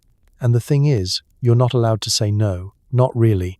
If you so much as suggest you want to wait a little while, people will react as if you just announced plans to join the circus and abandon domestic life entirely. "Oh," they say, their eyes wide with pity. "I see. You're now the childless enigma in a world where having a baby within the first 18 months of marriage is not just expected, it's required by law, well, socially at least. Your mother has already started collecting baby clothes. Your mother-in-law is dropping hints via stork-themed centerpieces. Meanwhile, you're just trying to figure out how to cook a roast without setting off the smoke alarm and how to sleep beside someone who thinks pajamas are optional. Of course, the pressure isn't limited to family. Strangers chime in too. The pharmacist, your neighbor, your dentist, they all feel entitled to ask, "Any little ones on the way?" They ask while ringing up your toothpaste or checking your molars. If you're not actively pushing a stroller, people assume you must be planning one. Or worse, failing to plan one. Cue the whispered theories and quiet judgments about your priorities. And heaven help you if you're seen in public not drinking coffee or wearing a slightly flowy blouse. That's enough for 3 women to start knitting booties, and a 4th to suggest names beginning with M. There's no such thing as bloating in the 1950s. It's pregnancy until proven otherwise. Even worse, all of this pressure comes with absolutely no useful guidance. No one tells you how to be a parent, only that you should become one. Immediately. You'll be given cryptic advice like, "It's different when it's your own, and you'll figure it out." Which is usually said by someone whose idea of child-rearing involves castor oil and firm glances. You'll also be handed a dog-eared copy of Better Homes and Gardens Guide to Babyhood, featuring terrifying diapering diagrams and advice like, "Always keep your baby spotless. Cleanliness reflects moral character." Fun fact, babies are famously sticky, so good luck with that one. And of course, should you not have children, whether by choice or by circumstance, you become the subject of intense speculation. They tried, bless them. Someone whispers at a family function. "She's just too career-minded," another says knowingly, as if the concept of ambition is somehow contagious and dangerous. So tonight, as you settle into your bed without anyone asking if you've picked out nursery colors or consulted the church about baptism dates, take a deep breath. You are not a baby factory. You are not on anyone's timeline but your own. Sleep peacefully, non-pregnant pioneer. Your value is not tied to a bassinet. And your bedtime, thankfully, is entirely up to you. You're not just a wife, you're a joiner. If you're not on at least 3 committees and hosting Tupperware parties, people start to talk. Social mobility in suburbia is measured by how many cookies you bring to the bake sale. Welcome to the sparkling suburbia of the 1950s, where your lawn is trimmed, your casserole is warm, and your social standing depends on how quickly you sign up for the PTA and how many people you can fit in your living room for a demonstration of plastic food storage. Your new role isn't just wife or homemaker. It's community ambassador, unofficial mayor of your cul-de-sac, and full-time participant in a delicate game of who brought the best cupcakes politics. Let's begin with the PTA, or Parent-Teacher Association, which is not, as one might assume, a harmless support group for educational improvement. No, it is a cutthroat arena of baked goods, secret voting blocks, and subtle shade disguised as compliments. "Oh, I just love that you brought store-bought brownies. So brave." Translation: you're going to be ranked dead last in the snack rotation. Joining the PTA is not optional. If your child is in school and your name isn't on at least 2 volunteer sign-up sheets, people will assume you're either emotionally unstable or in a secret cult. Bonus points if you're elected to a position like treasurer or hospitality chair, which comes with no actual power, but all the responsibility for making sure the coffee urn doesn't leak at open house. Then there's the Tupperware party, the glittering centerpiece of mid-century suburban womanhood. What begins as an innocent gathering with punch and finger sandwiches quickly reveals itself to be an aggressive sales meeting disguised as social bonding. You're expected to host one. You're required to attend several. And if you leave without buying a burping lid or a butterkeeper shaped like a tulip, you've committed a grave faux pas punishable by exclusion from bridge night. These parties aren't just about plastic, they're about status. Who can host the most elegant display of canapés? Who has the best floral centerpiece? Who owns matching serving trays? Every Tupperware order is not just a sale, it's a data point in the suburban social rankings. Did you order a 3-tier stacking set? Impressive. Did you pass on the gelatin mold with interchangeable shapes? Risky. Very risky. And that's just the start. You're expected to participate in garden clubs, attend charity luncheons, and occasionally host afternoon teas, where the only thing more delicately balanced than the cucumber sandwiches is the tightrope of polite conversation. You must master the art of sounding supportive while low-key bragging. I just can't believe how fast our little Bobby took to the violin. He's only 5, and already the neighbors are calling him the prodigy. Isn't that just hilarious? If you're really ambitious, you'll end up on the planning committee for something, the school carnival, the Easter egg hunt, or the annual Ladies in Lavender luncheon. This means group meetings, strongly worded opinions about tablecloths, and at least one woman crying in a station wagon over deviled eggs. You will never forget it. Of course, all this social climbing is done with grace, pearls, and a smile that could hide 1,000 resentments. You can't just do well, you have to make it look effortless. If anyone catches you actually trying, you've already lost. So tonight, as you rest peacefully in your Tupperware-free living space, with no one assigning you to cupcake duty or judging your casserole choices, allow yourself a sigh of relief. You don't need to compete for social glory with can opener demonstrations or paper flower centerpieces. Sleep well, socially unbothered dreamer. The only committee you're joining tonight is the Pillow Appreciation Club, and the only vote that matters is for more naps. The advice columns are relentless. Everything from keep your lipstick fresh to never let him see you in curlers. If you want to keep your marriage healthy, it's best to treat Red Book as gospel and pray for strength. Welcome to the psychological obstacle course of 1950s matrimony, where your marriage is only as strong as your eyeliner, your pot roast, and your ability to keep smiling through existential dread. If you're a newlywed in this era, you're not just expected to keep house and raise children. You're also supposed to actively maintain your husband's interest through a tightly monitored routine of physical presentation, emotional restraint, and dinner menus that rotate like a Broadway review. Let's start with the manuals, which were less helpful guide and more coded instruction for how to be liked and not divorced. They had titles like How to Be a Good Wife or The Secret of Keeping Him Happy, written by men in tweed suits with deeply concerning opinions about gender roles. These books promised to teach you how to keep your marriage sizzling, but mostly focused on not being annoying and learning to dust properly in heels. One popular piece of advice?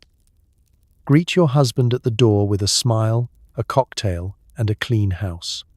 Because after his long day at work, you, who may have just unclogged a toilet and wrangled a toddler armed with jam, are expected to transform into a combination of therapist, chef, and low-key runway model. Bonus points if you spritz on perfume and pretend you didn't cry into the meatloaf earlier. Then there were the magazines, especially the Holy Trinity: Ladies' Home Journal, McCall's, and Red Book. Each one featured glowing cover models vacuuming in pearls and articles like 10 Ways to Keep Your Man What He Really Wants in a Wife, hint, it's not intelligence, and Cooking for Two, because 3 would be a crisis. These magazines laid out a vision of perfection so pristine it could only have been airbrushed by angels. You were told to stay pretty at all costs, which meant shaving daily, moisturizing constantly, and never, never letting him see you in curlers or, God forbid, without makeup. Always look your best, they said, even at bedtime, because what's sexier than face powder and quiet desperation? Let's not forget the radio programs and daytime talk shows. where cheerful women with lilting voices explained how to communicate with your husband without ever suggesting he's wrong. The advice was usually some variation of, don't nag, don't contradict, don't question. If he left his socks on the floor, that was your chance to show patience. If he forgot your anniversary, clearly, you didn't drop enough hints. He doesn't need reminding, the experts said. He needs support.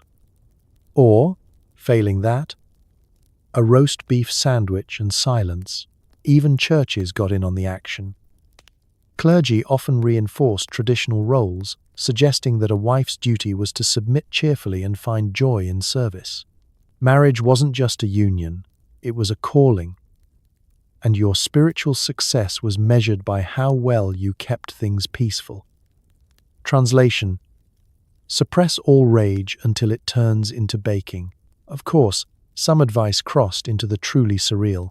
Laugh at his jokes, even if you've heard them before, one column advised. Men need to feel clever. Another gem. If he's angry, give him space and pie. Because nothing calms generational misogyny like baked goods. And the kicker? Most of this advice was laced with the looming threat that if you didn't follow it to the letter, he might stray. Keep things spicy, they warned. Don't become boring. No pressure, just the fate of your marriage and emotional stability resting on whether or not you ironed his shirt sleeves to a crisp military fold. So tonight, as you drift into sleep without needing to recite the 10 Commandments of wifely perfection, take a deep breath. You're not a magazine cover. You're not a mannequin in curlers. And if you forgot to make pot roast tonight, that's okay. Sleep well, lipstick optional legend. You're doing just fine. If all else fails and you consider divorce, brace yourself for public scandal, legal gymnastics, and your mother fainting in the parlor.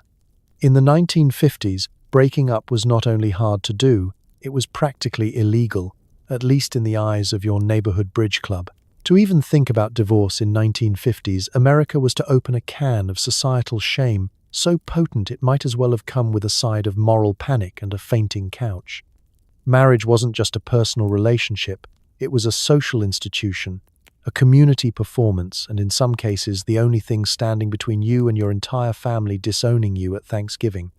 The word divorce was whispered, never spoken aloud, like a scandalous secret or an ancient curse. Let's start with the legal hurdles. Unlike today's no-fault divorces, where you can simply declare irreconcilable differences and be on your way, the 1950s system treated divorce like a courtroom drama. You needed a reason. And not just "I can't stand his chewing." Valid reasons were limited and included things like adultery, desertion, cruelty, or felony conviction. If you didn't have a proper justification, tough. You were stuck.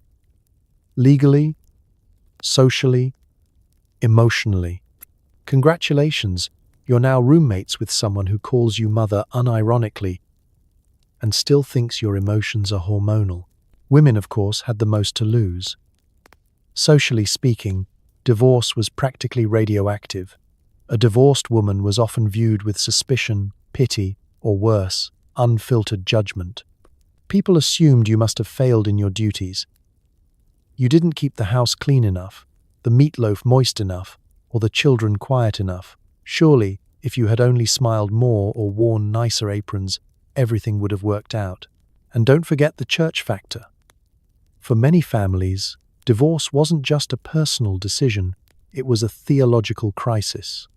Your marriage vows were considered sacred, binding, and not to be broken just because someone started drinking at lunch or forgot your birthday for the 6th year in a row. If you filed for divorce, you risked losing your place in your church community, your kids' enrollment in religious school, and your slot on the altar guild flower rotation. The process itself was a legal marathon. You needed a lawyer. You needed to appear in court. You needed to prove, often in embarrassing detail, that your marriage was an unbearable tragedy. This might involve parading witnesses to testify about your husband's late-night business meetings or submitting photographs of bruises, if you were brave enough. Some women even hired private investigators just to catch their spouse in the act. Because without proof, the judge might send you home with a pat on the head and an order to work it out. And then came the aftermath. If you were a divorced woman, even one who had every reason to leave, society didn't hand you a medal, it handed you a scarlet letter. You became that woman, the one who couldn't keep a man. Other women clutched their husbands a little tighter around you. You were no longer invited to certain events. Your mother would say things like, "Well, at least you're still youngish," while silently removing your wedding photo from the mantle. And if you had children, buckle up. You were now a single mother in an era that barely acknowledged such a thing existed. Custody battles were fierce. Financial support was often laughable, and your every parenting decision would be examined under the microscope of, well, what do you expect from a divorcee? But still, some women did it. They fought through the shame, the legal obstacles, the sideways glances at the grocery store, and they discovered something wild on the other side. Freedom, the right to sleep in the middle of the bed, to eat cake for dinner, to not iron shirts, to be alone and okay with it. So tonight, as you drift off into the safe, judgment-free glow of modern autonomy, remember this. You don't need a reason to leave someone who doesn't see you. You don't need permission to prioritize your peace. And you certainly don't need to justify yourself to a church bulletin or the bridge club. Sleep well, brave heart. You're nobody's scandal. Let's face it, the 1950s was an Olympic event in double standards.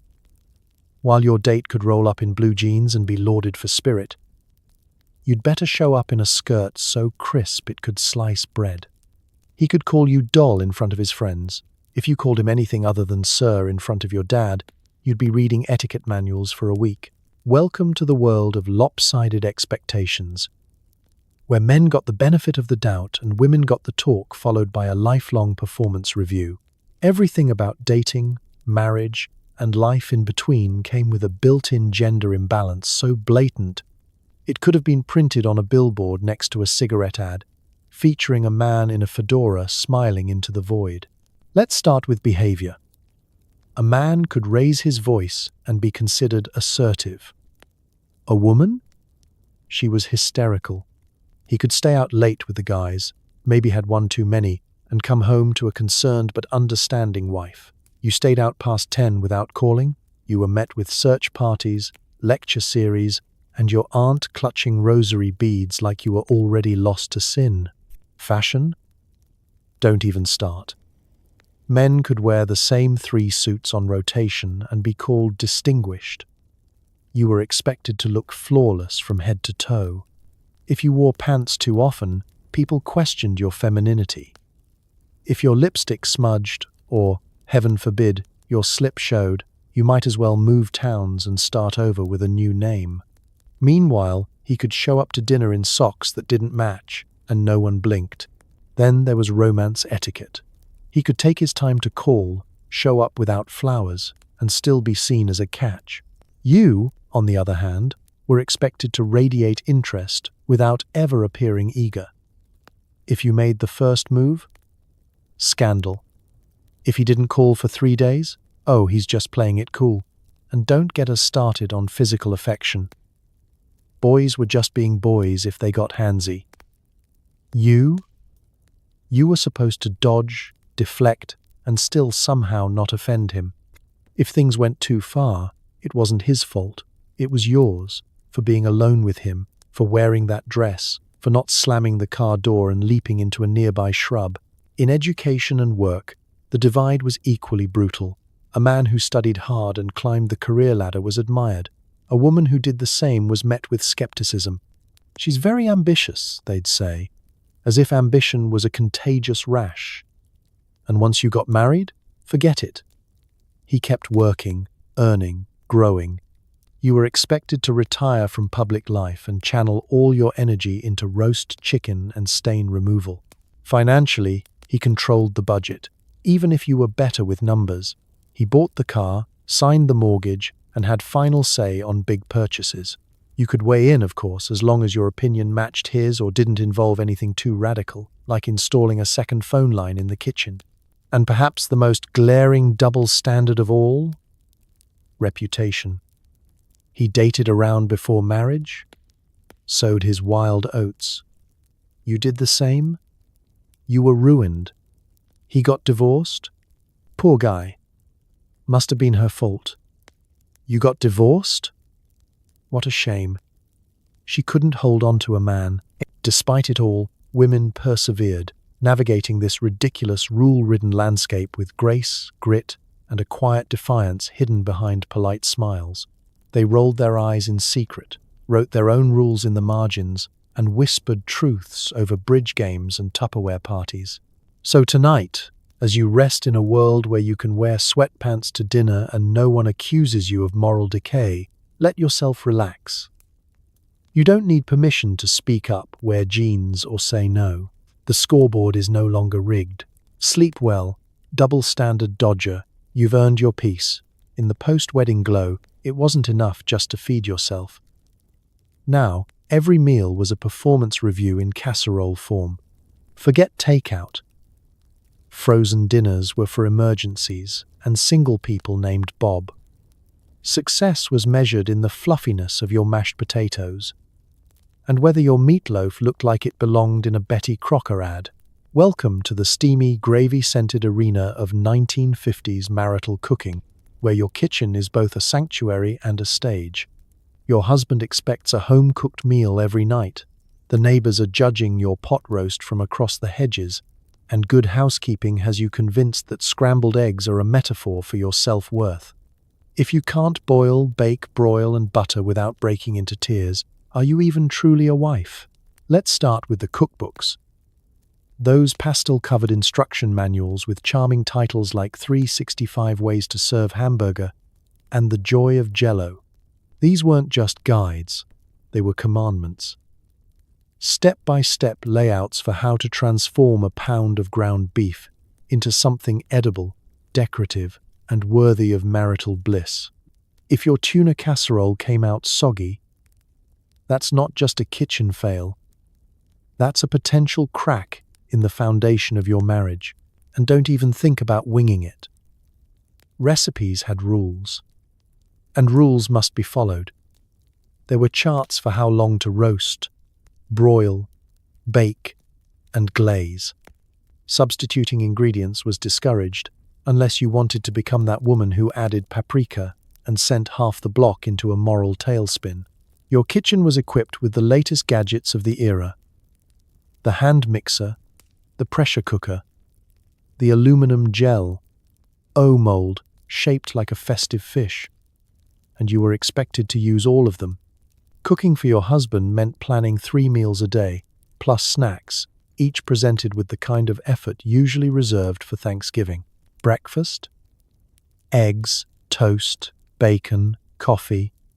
No cereal unless it was a weekend or you had the flu. Waffles if you were feeling ambitious.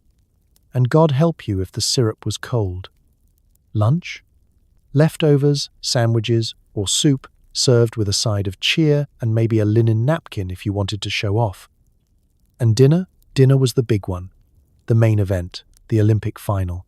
Dinner had to be hot, timed to his arrival, and plated attractively.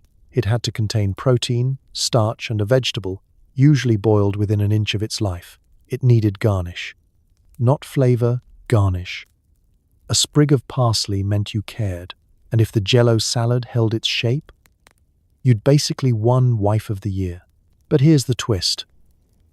It wasn't just him you were cooking for. It was everyone. Your in-laws would visit and inspect your fridge. The neighbor lady would comment on your grocery bags. Oh, trying the off-brand peas, are we? Translation: I saw your husband leave the garage frowning. Coincidence? I think not. And let's not forget the presentation pressure.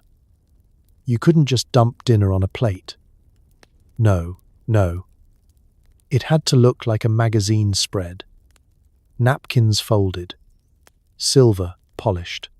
Candles if you were feeling extra. You wore lipstick while serving pork chops. You smiled even if you dropped the casserole and had to scoop it back together with a spatula and hope for the best. You had to make it look easy. Because if it looked hard, that meant you were struggling, and if you were struggling, well, maybe you weren't cut out for this whole wife thing after all. So tonight, as you pop your leftovers in the microwave and call it a night without needing to arrange a celery fan or hand-whipped cream while humming cheerfully, breathe easy. Sleep well, modern culinary rebel. Your value is not tied to a meat thermometer. And if dinner came from a box, that's not failure. It's freedom. From the moment you said I do, your duties multiplied like rabbits on Miracle Grow. Garbage? His job. Laundry? Yours. Car maintenance? Male only. Buying birthday gifts for his mother? Congratulations, you just inherited that too. If you wanted a career, you'd better hope it was in folding fitted sheets and deciphering his handwriting. In 1950s America, a marriage wasn't just a romantic partnership. It was a rigidly defined job contract written in invisible ink and signed with a handshake, a cake-cutting ceremony, and a post-honeymoon understanding that you now managed all domestic affairs while smiling through mild exhaustion. There was no chore wheel, no discussion, and certainly no shared Google Calendar. Tasks were handed out by tradition, reinforced by glossy magazine ads, and cemented by your neighbor's judgmental glances. Let's start with his roles. They were specific, infrequent, and loudly celebrated. Taking out the trash? Applauded. Fixing the leaky faucet? Eventually, heroic. Mowing the lawn on Saturdays in tube socks and a tucked-in polo shirt? The very definition of manliness. He was the king of the grill, master of the thermostat, and defender of the garage. He handled big things, like checking the oil, making vague financial decisions, and occasionally changing light bulbs with the solemnity of a man defusing a bomb. Now let's look at your list, which, in contrast, reads like a scroll from a cursed fairy tale. Laundry? Yours. All of it. Every sock, every sheet, every mysterious stain. Dishes? Daily. Cooking? Constant. You were expected to make dinner every night and have it hot on the table by the time he walked in the door. Didn't matter if you were also wrangling toddlers, clipping coupons, and trying to fix the vacuum with a butter knife. Dinner was a test, and the mashed potatoes were your exam grade. Housekeeping was an Olympic sport. Floors? Swept and mopped. Windows? Washed. Drapes? Dusted. Rugs? Beaten with a special rug-beating device that doubled as a therapy tool for suppressed rage. And heaven help you if there were fingerprints on the fridge.